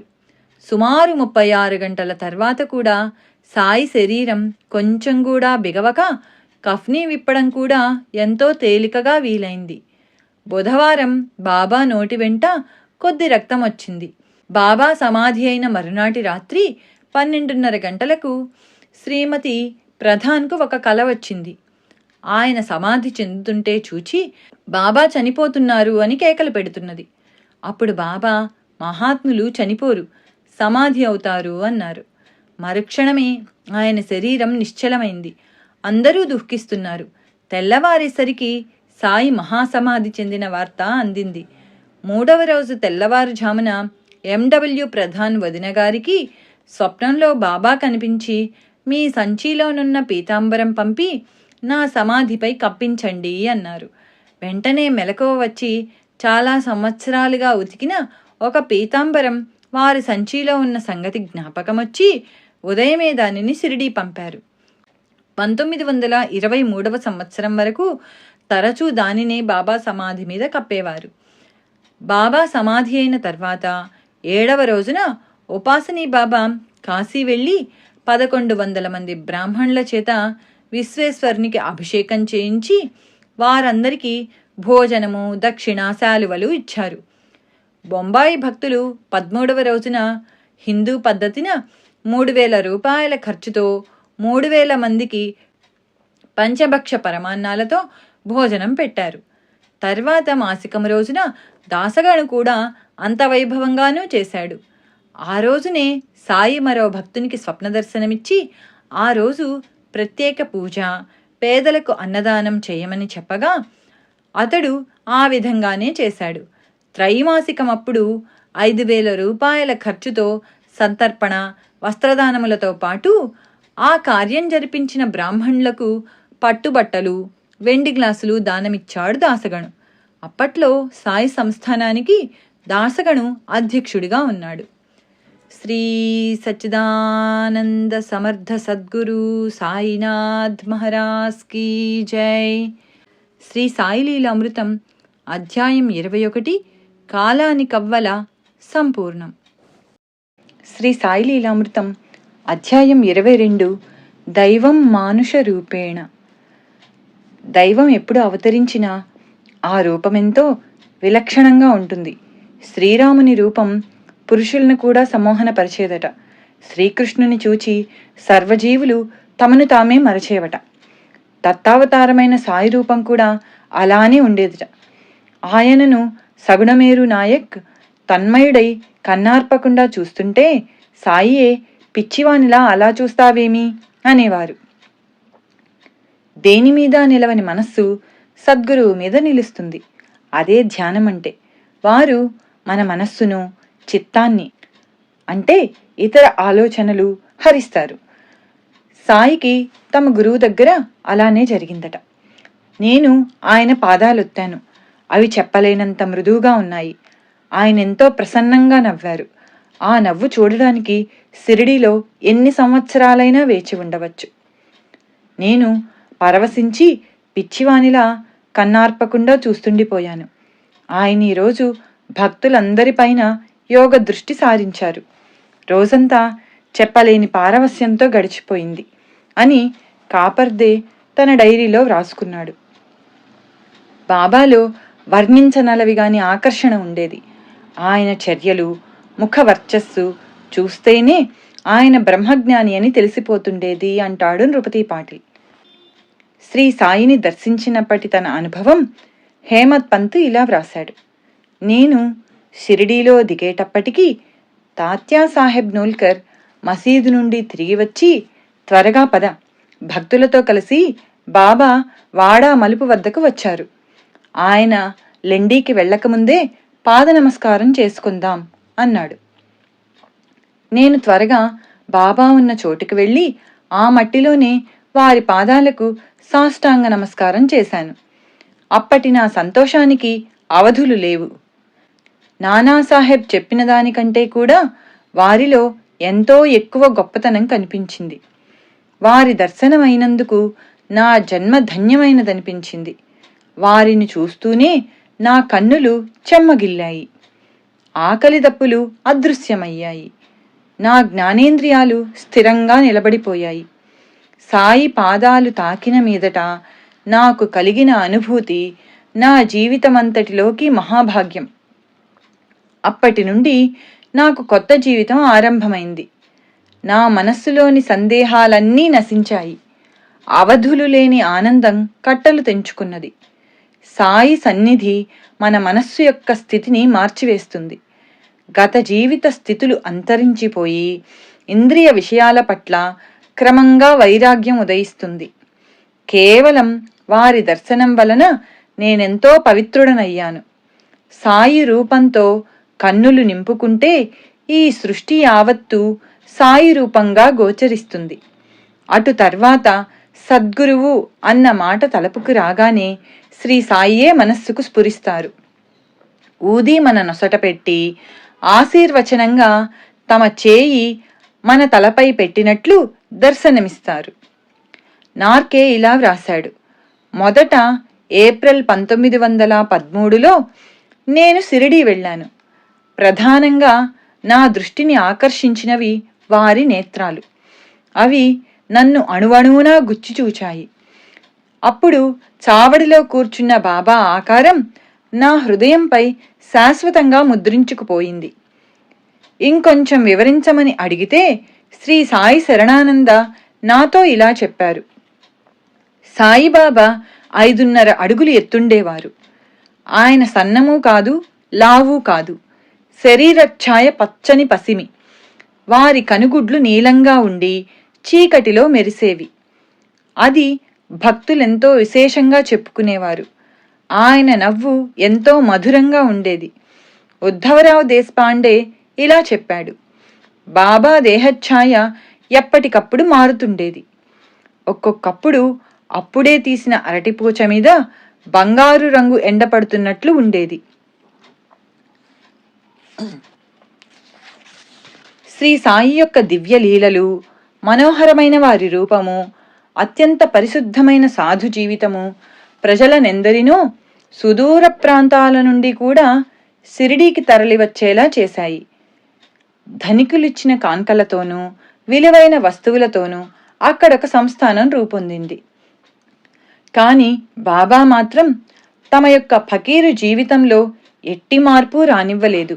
ఆయన తెల్లవారుజామునే లేచి ధుని దగ్గర స్తంభానికి ఆనుకొని కొంతసేపు నిశ్చలంగా ధ్యాన నిమగ్నులయ్యేవారు. తర్వాత అక్కడే నిలిచి ఏవేవో భంగిమలు చేస్తూ నెమ్మదిగా యాదే హక్ అంటే దైవాన్నే ఎల్లప్పుడూ స్మరించాలి వంటి అరబ్బీ పదాలు ఉచ్చరించేవారు. అప్పుడు తమ దగ్గరకు ఎవ్వర్నీ రానిచ్చేవారు కాదు. ఈలోపు సేవకుడు మాధవ్ ఫస్లే మసీదు శుభ్రం చేసి బకెట్లతో నీరు పెట్టేవాడు. సాయి ఆ నీరు పుక్కిలించి కాళ్ళు, చేతులు, ముఖము ఎంతో నాజూగ్గా కడుక్కునేవారు. తర్వాత కొంతసేపు కన్నులు అరమోడ్చి మౌనంగా కూర్చునేవారు. అప్పుడు ధునిలో కట్టెలు సవరిస్తూ భక్తులతో ఆ ముందటి రాత్రి తాము ఎక్కడెక్కడి భక్తులను ఎలా కాపాడినది, మరణించిన వారి ఆత్మలను పైలోకాలకు తాము ఎలా తీసుకువెళ్ళినది చెప్పేవారు.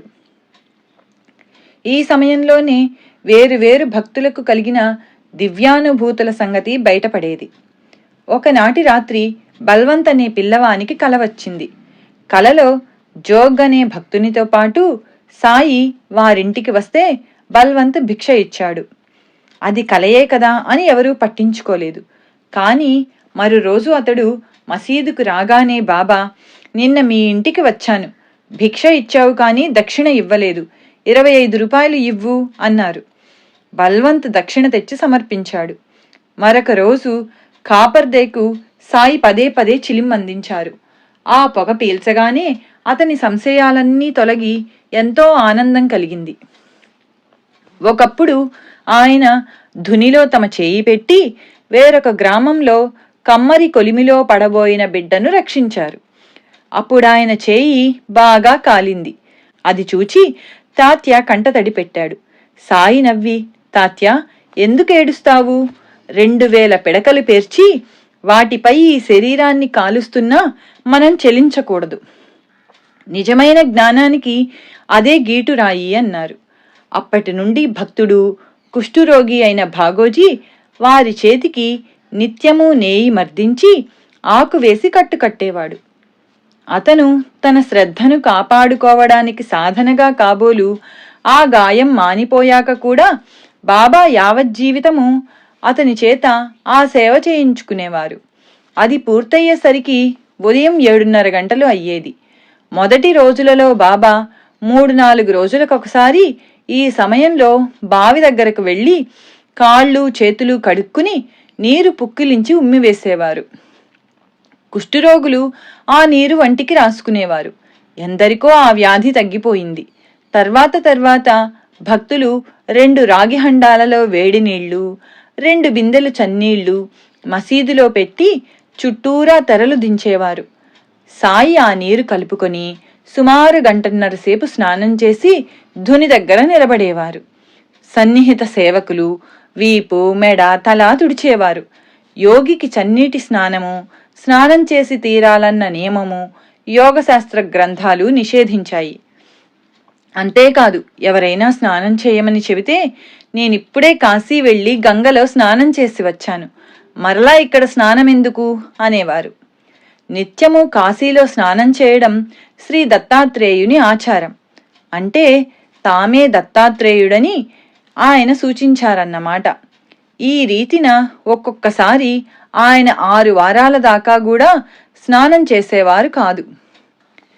స్నానమయ్యాక ఆయన ఒక రంగు వస్త్రం కట్టుకొని ఒక్కొక్కప్పుడు కఫ్నీ తడిపి ధుని మీద ఆరబెట్టి తిరిగి తొడుక్కునేవారు. ఆ కఫ్నీ తలకట్టు కూడా ఆయన కొన్ని నెలల దాకా మార్చేవారు కాదు. అవి మార్చదలిచినప్పుడు కాశీనాథుడనే దర్జీవాణ్ణి పిలిచి కొత్తది తెమ్మనేవారు. అతడు తీసుకురాగానే అది ధరించి పాతది ధునిలో పారేసి నమస్కరించేవారు. ఒక్కొక్కప్పుడు తమతో పాటు మరికొందరు భక్తులకు కూడా కఫ్నీలు ఇచ్చేవారు. ఆయన కఫ్నీ మార్చడం మరీ ఆలస్యమై పాతది చిరిగిపోయేది. అప్పుడు తాత్య ఆయన దగ్గర చేరి దానిని చూచే మిషమీద ఆ చిరుగులను ఇంకా పెద్దవి చేసేవాడు. అయినా ఆయన కొత్తది వేసుకునే బదులు మధ్యాహ్నం ఒంటరిగా ఉన్నప్పుడు ఒక ముల్లును సూదిగా చేసుకుని ఆ చిరుగులన్నింటికీ మాసికలు వేసుకునేవారు. అలాగే ఆయనకు బుద్ధి పుట్టినప్పుడు బాల అనే మంగలి చేత తన తల నున్నగా గొరిగించుకొని మీసం కోసుగా కత్తిరించుకునేవారు.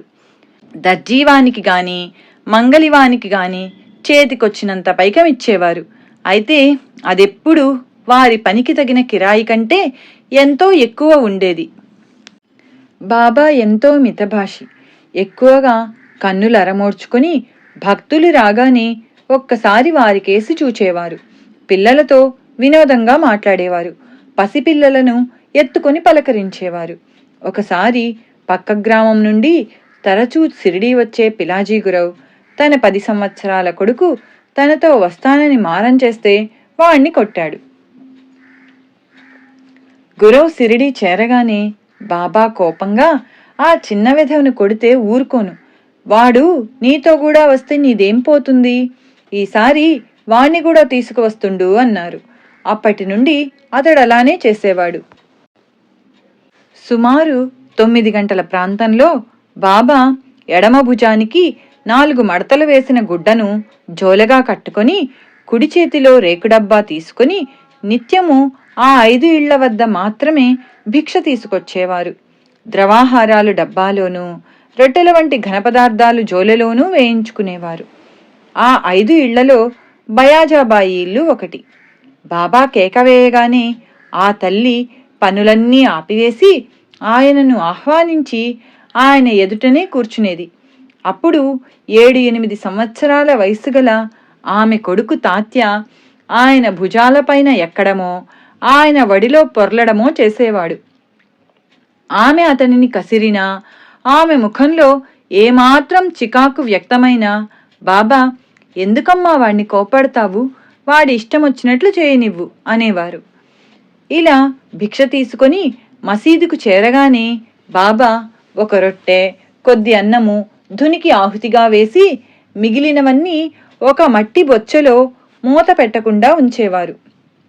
మొదటి రోజుల్లో కుక్కలు, పిల్లులు, బిచ్చగాళ్లు, సేవకులు దాని నుండి తమకు కావలసినంత తీసుకునేవారు. ఆయన ఏ ప్రాణిని అసహ్యించుకొని వెళ్ళగొట్టేవారు కాదు. చివరకు మిగిలినవన్నీ రుచి విచక్షణ లేకుండా కలిపి కొద్ది ముద్దలు మాత్రం తినేవారు. హిందూ ధర్మం ప్రకారం బాబా నైష్ఠిక బ్రహ్మచారి. అందుకే తమ గురువు దేహంతో ఉన్నంతకాలం వారి చెంతనే ఉండి సేవ చేశారు. వారు పరమపదించాక వారి ప్రతిరూపంగా నిరతాగ్నిహోత్రం నిర్వహించారు.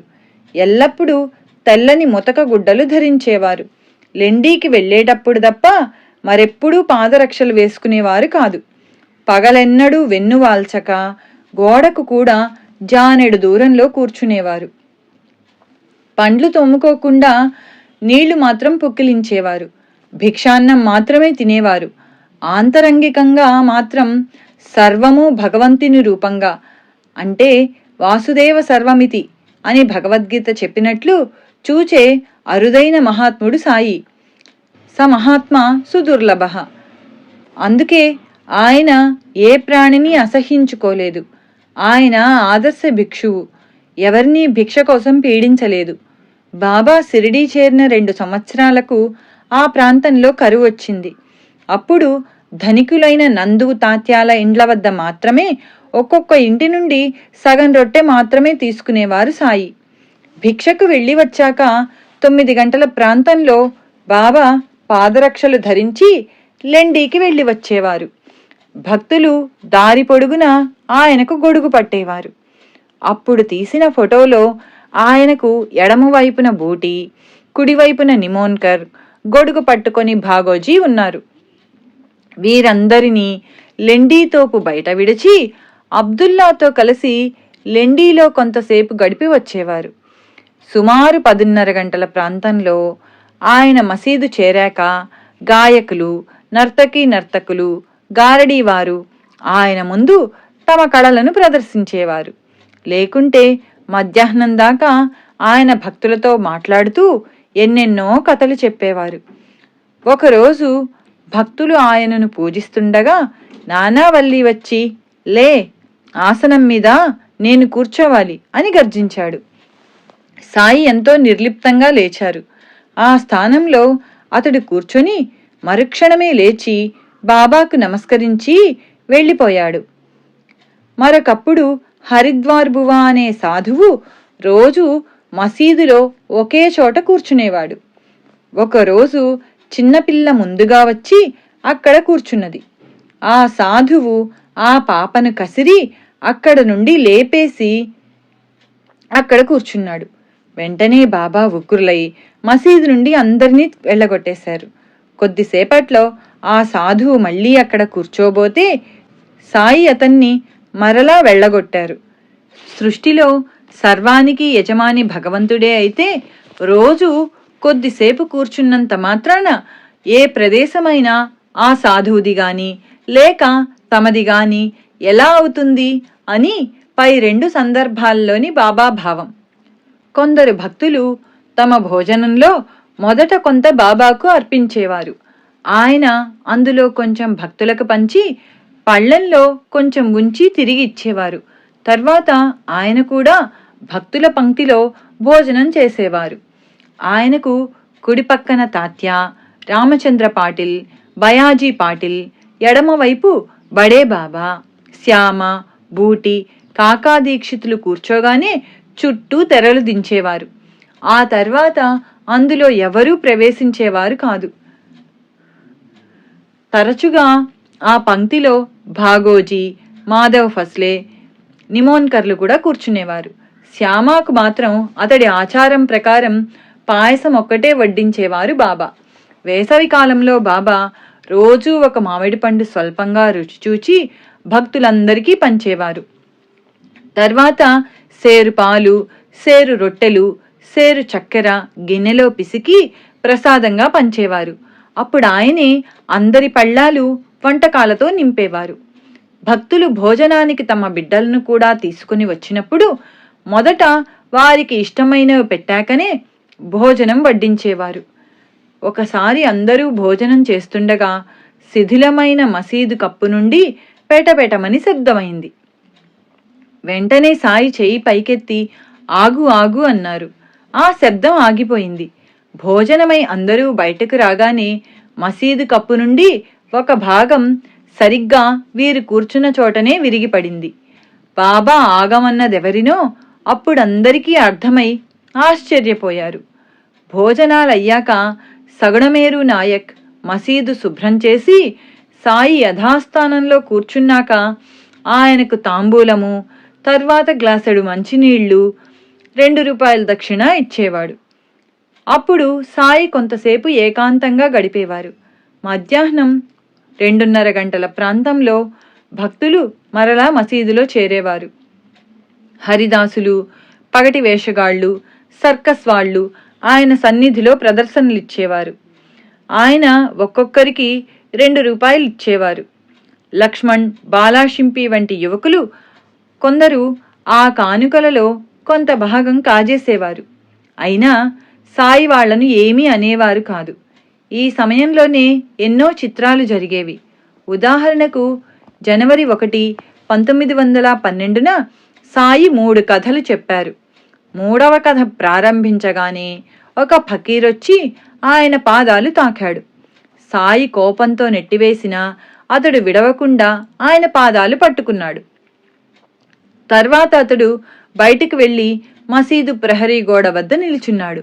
ఆ కోపంతో సాయి ఆరతి సామాన్లు, నైవేద్యాలు బయట పారవేసి రామ్ మారుతి అనేవాణ్ణి అమాంతంగా పైకెత్తేశారు.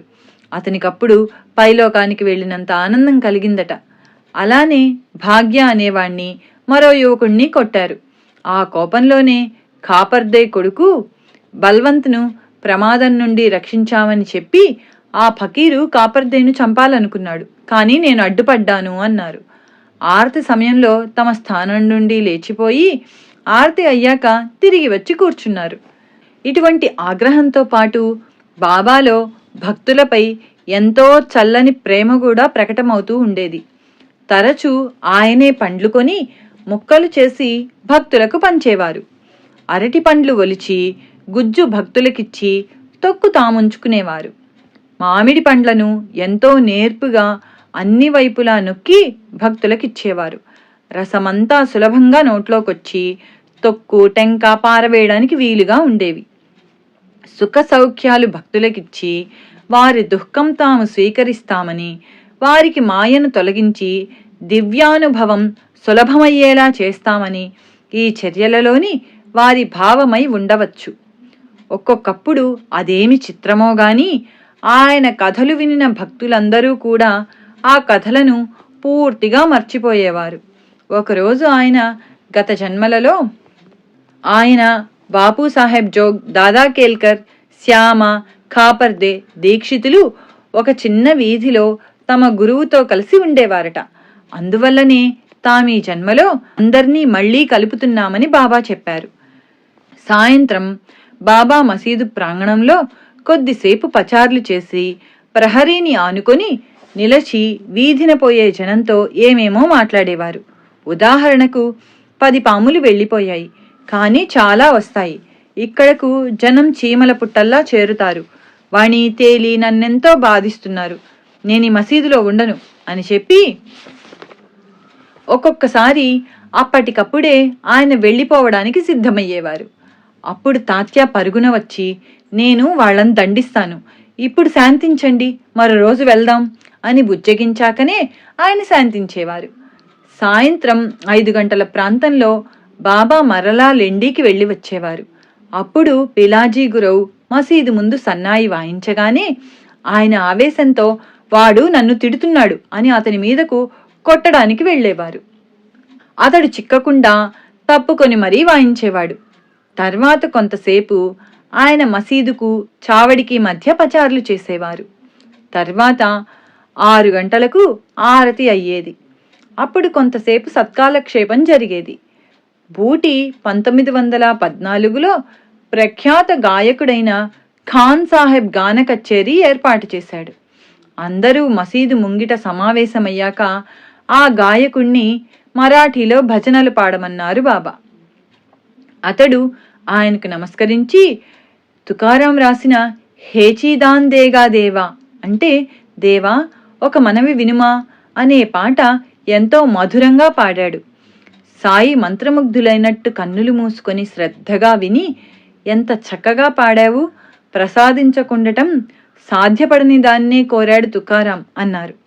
ఆ తరువాత బాబా ఆ రోజు భక్తులు సమర్పించిన దక్షిణంతా అందరికీ పనిచేసేవారు. ఆయన లెక్క పెట్టకుండా జేబులో చెయ్యి పెట్టి చేతికొచ్చినంత ఇచ్చివేస్తున్నా ప్రతి భక్తునికి ఎప్పుడూ ఒకే మొత్తం ముట్టేది. ఇలా నిత్యము బడే బాబాకు 50 రూపాయలు, తాత్యాకు 35 రూపాయల నుండి బాగోజీకి 4 రూపాయల వరకు ముట్టేది. క్రొత్తవారికి ఎంత అవసరమో అంతే ముట్టేది. శ్రీరామనవమి వంటి ఉత్సవాలలో దాదా కేల్కర్కు, బడే బాబాకు 2 నోట్ల కట్టలు పేదలకు పంచమని బాబా ఇచ్చేవారు. అలా ఆయన పంచే దక్షిణ రోజుకు 500 దాకా ఉండడంతో బ్రిటిష్ ప్రభుత్వం పన్ను వేయదలిచింది.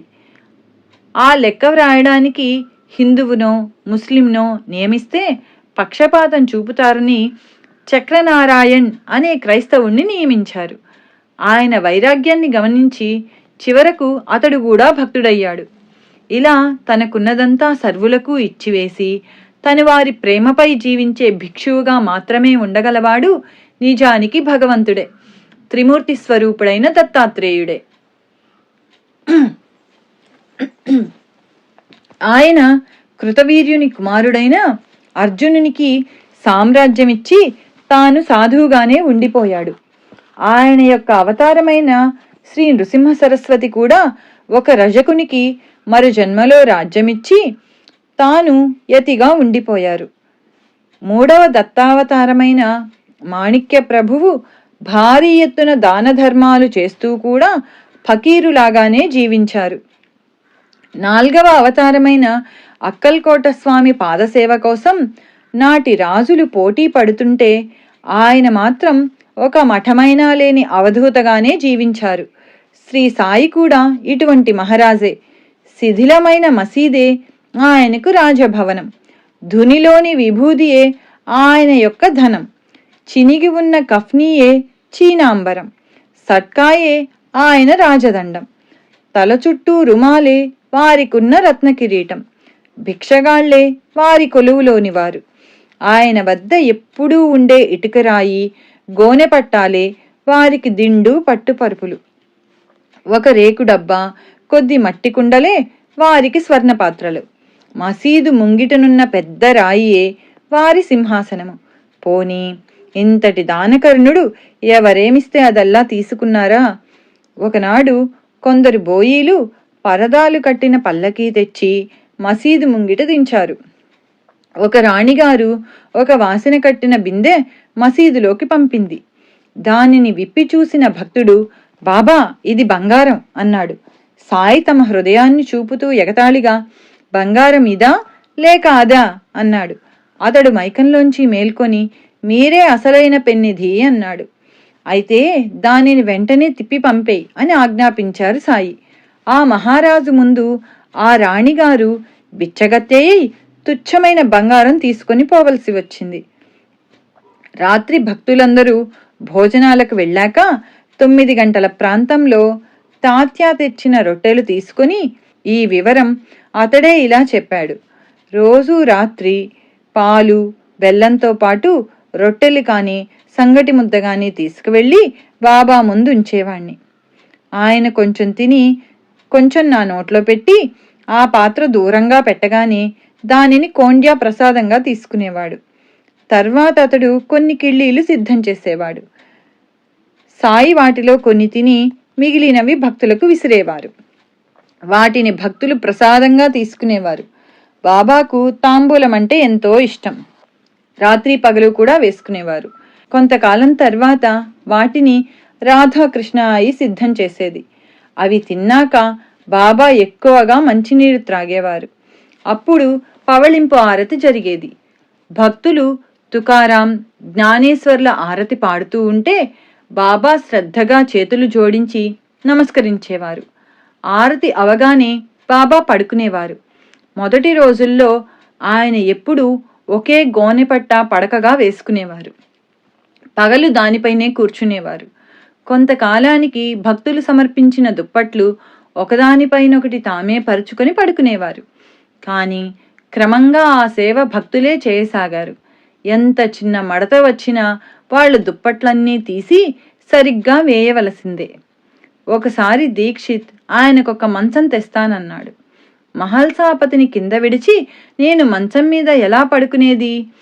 అతనిని దానిపై పడుకోమని నేను క్రింద పడుకోవచ్చు అన్నారు బాబా. అతడు వారిద్దరికీ చెక్క పలకలు ఇస్తానన్నాడు. కానీ బాబా అంగీకరించలేదు. వారికి దోమల బాధ నివారించాలని దోమతెర కడదామంటే ఆయన ఒప్పుకోలేదు. ఒకసారి పట్టుదలగా కడితే ఆయన కోపంతో దానిని పీకి అవతల పారేశారు. ఇలానే తీవ్రమైన వేసవిలో ఆయనకు చల్లదనం ఇవ్వాలని భక్తులు మసీదు ముంగిలి నీటితో తడిపేవారు. కానీ సాయి ధునిలో ఎక్కువ కట్టెలు వేసి వేడిమి పెంచి దాని దగ్గర కూర్చునేవారు. అలాగే చలికాలంలో ఆయనకు మంచు సోకకుండా మసీదు ముందు భాగానికి రాత్రి సమయంలో భక్తులు దట్టమైన గుడ్డ వేలాడదీసేవారు. అది చూచి ఆయన ఎగతాళిగా, అవునవును, మీరంతా నన్నిలా కాపాడకపోతే ఏమైపోతాను అని వెంటనే గంభీరంగా, మీరు నన్నేమి కాపాడగలరు, నేనే మీ అందరినీ కాపాడుతాను అనేవారు. మసీదులో బాబాతో పాటు తాత్య, మహల్సాపతి కూడా ఉండేవారు. మహల్సాపతి ఆయన పాదాలొత్తేవాడు. అతనికి నిద్ర తూగితే ఆయన తట్టి లేపేవారు. అతనిని రాత్రి లఘుశంకకు కూడా బయటకు పోనివ్వక మసీదు నుండి దిగితే చచ్చిపోతావు జాగ్రత్త అనేవారు. ఈ ముగ్గురు వారి తలలు తూర్పు, పడమర, ఉత్తర దిక్కులకు పెట్టుకొని మసీదు మధ్యలో పాదాలు కలిసేలా పడుకొని ఎంతోసేపు మాట్లాడుకునేవారు.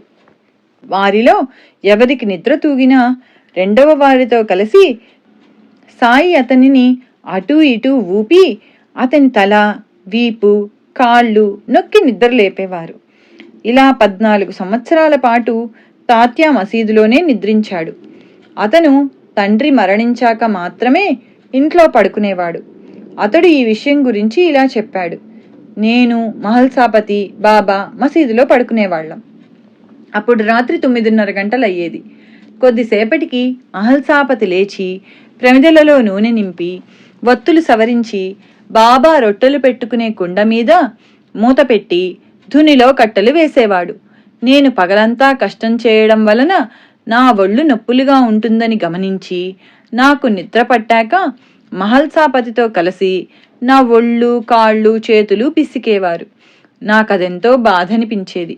అలా చేస్తే నేను మసీదుకే రానని బెదిరించి ఒకసారి నేను 10-12 రోజులు వెళ్ళనేలేదు. బాబా బాధపడి దూరాన వెడుతున్న నన్ను కేక వేసేవారు. ఆయనతో నాకెట్టి సంబంధమూ లేదని సైగలతో తెలిపి వెళ్ళిపోయేవాణ్ణి. బయాజామామి కొడుకును కనుక ఆయనకు నాపై ఎంతో ప్రేమని నచ్చజెప్పి కాకాసాహెబ్ నన్ను మసీదుకు తీసుకువచ్చేవాడు. ముందటి అధ్యాయాలలో మనం గమనించినట్లు మహాద్భుతమైన శక్తి, ఈ అధ్యాయంలో గమనించినట్లు సాటిలేని వైరాగ్యము గల సాయి కేవలం ఒక సామాన్య మానవునిలా, అంతకంటే కూడా అసమానమైన వినమ్రతలతో ప్రవర్తించేవారు. కొన్ని సమయాలలో మహల్సాపతి, తాత్య వంటి భక్తులతో చెలగాటమాడేవారు. తాత్య తలపాగా దాచేసి అతడు వెతుక్కుంటుంటే వినోదించేవారు. ఒక్కొక్కప్పుడు దానిని తామే ధరించి అతని నడక చక్కగా అనుకరించేవారు. తాత్య కూడా సాయిని ప్రేమగా మామా అని పిలిచేవాడు. వారిద్దరూ నిజంగా మామా మేనల్లునిలా మసలుకొనేవారని ప్రధాన్ రాశాడు. అలానే మసీదులో ఆ ఇద్దరే ఉన్నప్పుడు బాబా మహల్సాపతి కాళ్ళు పిసికి అతను వారిస్తే, పర్వాలేదులే, మనిద్దరం ఒక్కటే, అందరూ నన్ను గొప్పవాడనుకుంటారు కానీ అది నిజం కాదు, నేను నీలాంటి వాడినే అనేవారు. తాత్య కూడా ఇలా చెప్పాడు. ఒకనాడు బాబా అకస్మాత్తుగా నా పాదాలు తాకారు. నాకెంతో బాధనిపించి, మీరిలా చేయవచ్చా అన్నాను. నోర్ముయ్, మీకేం తెలుసు అని చేతులు విడిపించుకొని మరలా నా పాదాలు తాకి నమస్కరించి జయదేవా జయదేవా అన్నారు. ఇటువంటి చనువు వల్లనే సన్నిహిత భక్తులు అప్పుడప్పుడు ఆయన మాటలకు ఇవ్వవలసిన విలువ ఇవ్వలేక కష్టాలకు గురి అవుతుండేవారు. ఒకరోజు తాత్య, బాబా, శివరాత్రికి టాంగాలో జజూరీ వెళ్ళి వస్తాను అన్నాడు. బాబా, ఎందుకంత బాధ అన్నారు. అతడు, నీవెప్పుడూ ఇంతే, అడ్డుపుల్ల వేస్తావు అన్నాడు. సాయి చికాకుగా సరే పో అన్నారు. అతడు బయలుదేరిన కొద్దిసేపట్లో టాంగా బోల్తా కొట్టింది. అతడు గాయాలు తుడుచుకుంటూ మసీదుకు చేరగానే సాయి అతనిని చూచి నవ్వి, చెబితే బుద్ధి ఉండక్కర్లా, అడగడమెందుకు, వద్దంటే వెళ్ళడమెందుకు అన్నారు. అలానే బాలాభాటే కూతురు సాయిబాయి కోసం కాకా దీక్షిత్ మంచి పెండ్లి సంబంధం తీసుకొచ్చాడు.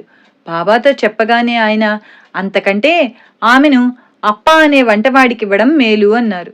సమయం చూచుకొని అతడు మరలా ఆ ప్రస్తావన తేగానే ఆయన చికాకుగా, వాడికే ఇచ్చి చేసుకోపో, ఏడ్చుకో అన్నారు.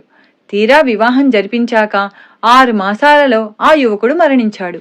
ఆ వార్త వినగానే భక్తులతో బాబా, ప్రతివాడు, బాబా నీకు తెలియనిదేమున్నది, అంటాడే గాని చెప్పినట్లు విని చచ్చేవాడు ఎవ్వడూ లేడు అన్నారు. ఎన్నిసార్లు ఆయన చరిత్ర చదివినా మనం మాత్రం చేసేదేమిటి? బాబా వైఖరిలో వేదాంతము, చమత్కారము మేళవించి ఉండేవి. ఒక గృహిణి తన భర్త ఇల్లు విడిచిపోయి 3 సంవత్సరాలైందని కన్నీటితో చెప్పుకుంది. ఆయన, నా భర్త ఎప్పుడూ నాతో ఉంటూ కూడా ఒక్కసారైనా పలకడు, ముఖం చూపించడు, నేనేమి చేసేది అని పెద్దగా శోకించారు. ఆమె విస్తుబోయింది కానీ ఆమెకి ఏమీ అర్థం కాలేదు. కొద్ది కాలానికి ఆమె భర్త తిరిగి వచ్చాడు. కానీ ఆమెతో మాట్లాడనే లేదు. ఆమె ముఖం కూడా చూడలేదు. ఆ బాధకామె అతడు ఇల్లు విడిచిన రోజులే మేలనుకున్నది. క్రమంగా అతడు ప్రతి చిన్నదానికి ఆమెను తిడుతూ కొడుతూ ఉండేవాడు. అప్పుడామె అతడు మౌనంగా ఉన్న రోజులే మేలనుకున్నది. కొంతకాలానికి అతడు చనిపోయాడు. ఆ తర్వాత ఆమె వేదాంత శ్రవణం చేస్తుంటే బాబా మాటలు అర్థమయ్యాయి. పరమాత్మే అసలైన భర్త. ఎప్పుడూ కూడా ఉంటున్నా కనిపించడు, మాట్లాడడు. మానవులు పాటుపడవలసినది నిజానికి ఆయనొక్కడి కోసమే. శ్రీ సాయి లీలామృతం అధ్యాయం 22 దైవం మానుష రూపేణ సంపూర్ణం. శ్రీ సచ్చిదానంద సమర్థ సద్గురు సాయినాథ్ మహారాజ్ కీ జై. అవధూత భరద్వాజ మహారాజ్ కీ జై. హరి ఓం గురుదేవ దత్త. శ్రీ సాయి లీలామృతం సప్తాహ పారాయణ 5వ రోజు 20వ అధ్యాయం నుండి 22వ అధ్యాయం వరకు సంపూర్ణం.